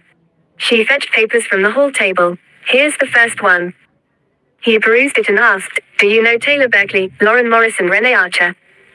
Vaguely, I've bumped into them at the health center. We don't socialize. He pulled out the other 3 letters in their baggies and confirmed the wording, overall style and formation of the calligraphic script. They have a match for yours. Kathy shivered. My second one runs along the same line. Except it gets nastier. She passed it over. Shit, already an escalation. How much time do I have before this wacko wants more action than letter writing? He read it twice. Page 129. You must lie only with your husband and be tempted not to the door of a stranger, or tempt a stranger to your door. Children should only be born to virtuous women, righteous women, or as bastards be damned to follow their whoremother's steps down to death. You must beg his forgiveness and atone for your sins, or your end will be bitter. Solomon. Franklin considered nasty a bit soft. Unhinged was more like it. He easily arranged the 5 letters in chronological order, as the author's handwriting declined with their mental state over the 3-month period. Has Solomon been in touch in other ways? No. Kathy bit her lower lip. Oh, a couple of times the phone's rung, but when I've answered it, no one's spoken. After a few seconds, they hang up. And once or twice, I've felt like someone's watching me. That could be my imagination, though. Do you know who Solomon is? No. I wish I did. She suddenly switched from apologetic to angry. What right has this person got to send disgusting letters? And make threats? How do they get off judging a stranger, without knowing their situation? Kathy's eyes blazed when she looked at him. Then they filled and tears flooded her cheeks. Georgie swerved from the Dalesford off-ramp at the last moment. Instead, she continued along Western Freeway. Margaret Pentecost held the key. Pam believed that Susan was with her niece in Ballarat or, if not, the woman would know her whereabouts. Easy. Page 130. Enough to loop back to Hepburn later if necessary. At Ballarat, she parked and pulled up a map on her phone. She worked it out and found herself in a street a short distance away, in the old part of town. Not among the trendiest addresses adjacent to Lake Wendouree, but a short stroll from it and Sturt Street's shopping and business district, in Ascot Street South. Nestled amid period homes, Margaret's property was one peg down from location. Georgie stepped through the low picket fence and followed a no-nonsense pathway carving straight through low-maintenance gardens to the veranda. Rendered brick above weatherboards clad the Californian bungalow. Its ivory and tan trims offset butter walls and at least 3 red brick chimneys topped the galvanized iron roof. On first impressions, immaculate to the point of sterile. Georgie banged the brass knocker twice and waited. Overcome with déjà vu, she called Margaret's name and rapped on the glazed panel. After a minute, she pulled out her mobile and dialed. Rings echoed between her phone and the house. The call rang out, unanswered by even a machine, and ghosted away. Page 131. Chapter 16. Franklin found a box of tissues and CROUCHED, offering it to Kathy. His knees cracked, thanks to past footy injuries, making her giggle. She alternated between laughter, tears and hiccups for the next few minutes, then wiped her face with the bottom of her dress. Are you right to go on? Yeah. I'm wearing my policeman's hat, not being a nosy Parker, okay. I need to ask several questions so I can piece this together. She bobbed her head. Tyson's father, I noticed he doesn't feature in your brag book. Franklin had a terrible gut feeling. Oh, yeah, Tyson's father, well, he was a nice guy, or so I thought, until I went out with him. Unfortunately for me, he thought buying a girl dinner gave him prerogative to have his way with her. And he didn't stop at no. So, he wasn't a nice guy after all. Tyson and me, well, we're on our own and likely to stay that way. Not that I'd change it. It just wasn't how I planned to have a family. Franklin's skin burned in a rush of anger. He was pissed off but not at Kathy. You didn't report him. No, she anticipated his next question. And I still won't. We used to work together, and everyone knew I had a huge crush on him. So maybe I did ask for it. Kathy. Page 132. Maybe I sent the wrong signals. Gave him the impression I'm easy and would put out. She hooked her fingers. You're the victim. He's a criminal. Date rape is as serious as other types of sexual assault. You have to realize that. Franklin leaned across and took her hands. She gave a half smile. You've got to report it. No. You need to, if only to protect other women from this predator. I get what you're saying, but it's a small town and everyone would gossip.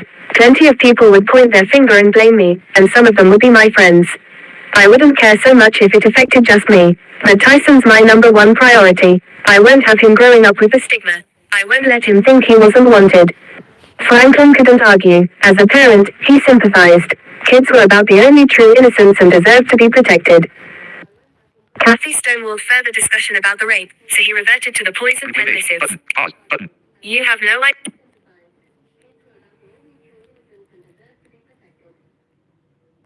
Home. Button. System launcher. Home. My files. YouTube. Settings. Chat. Group YouTube.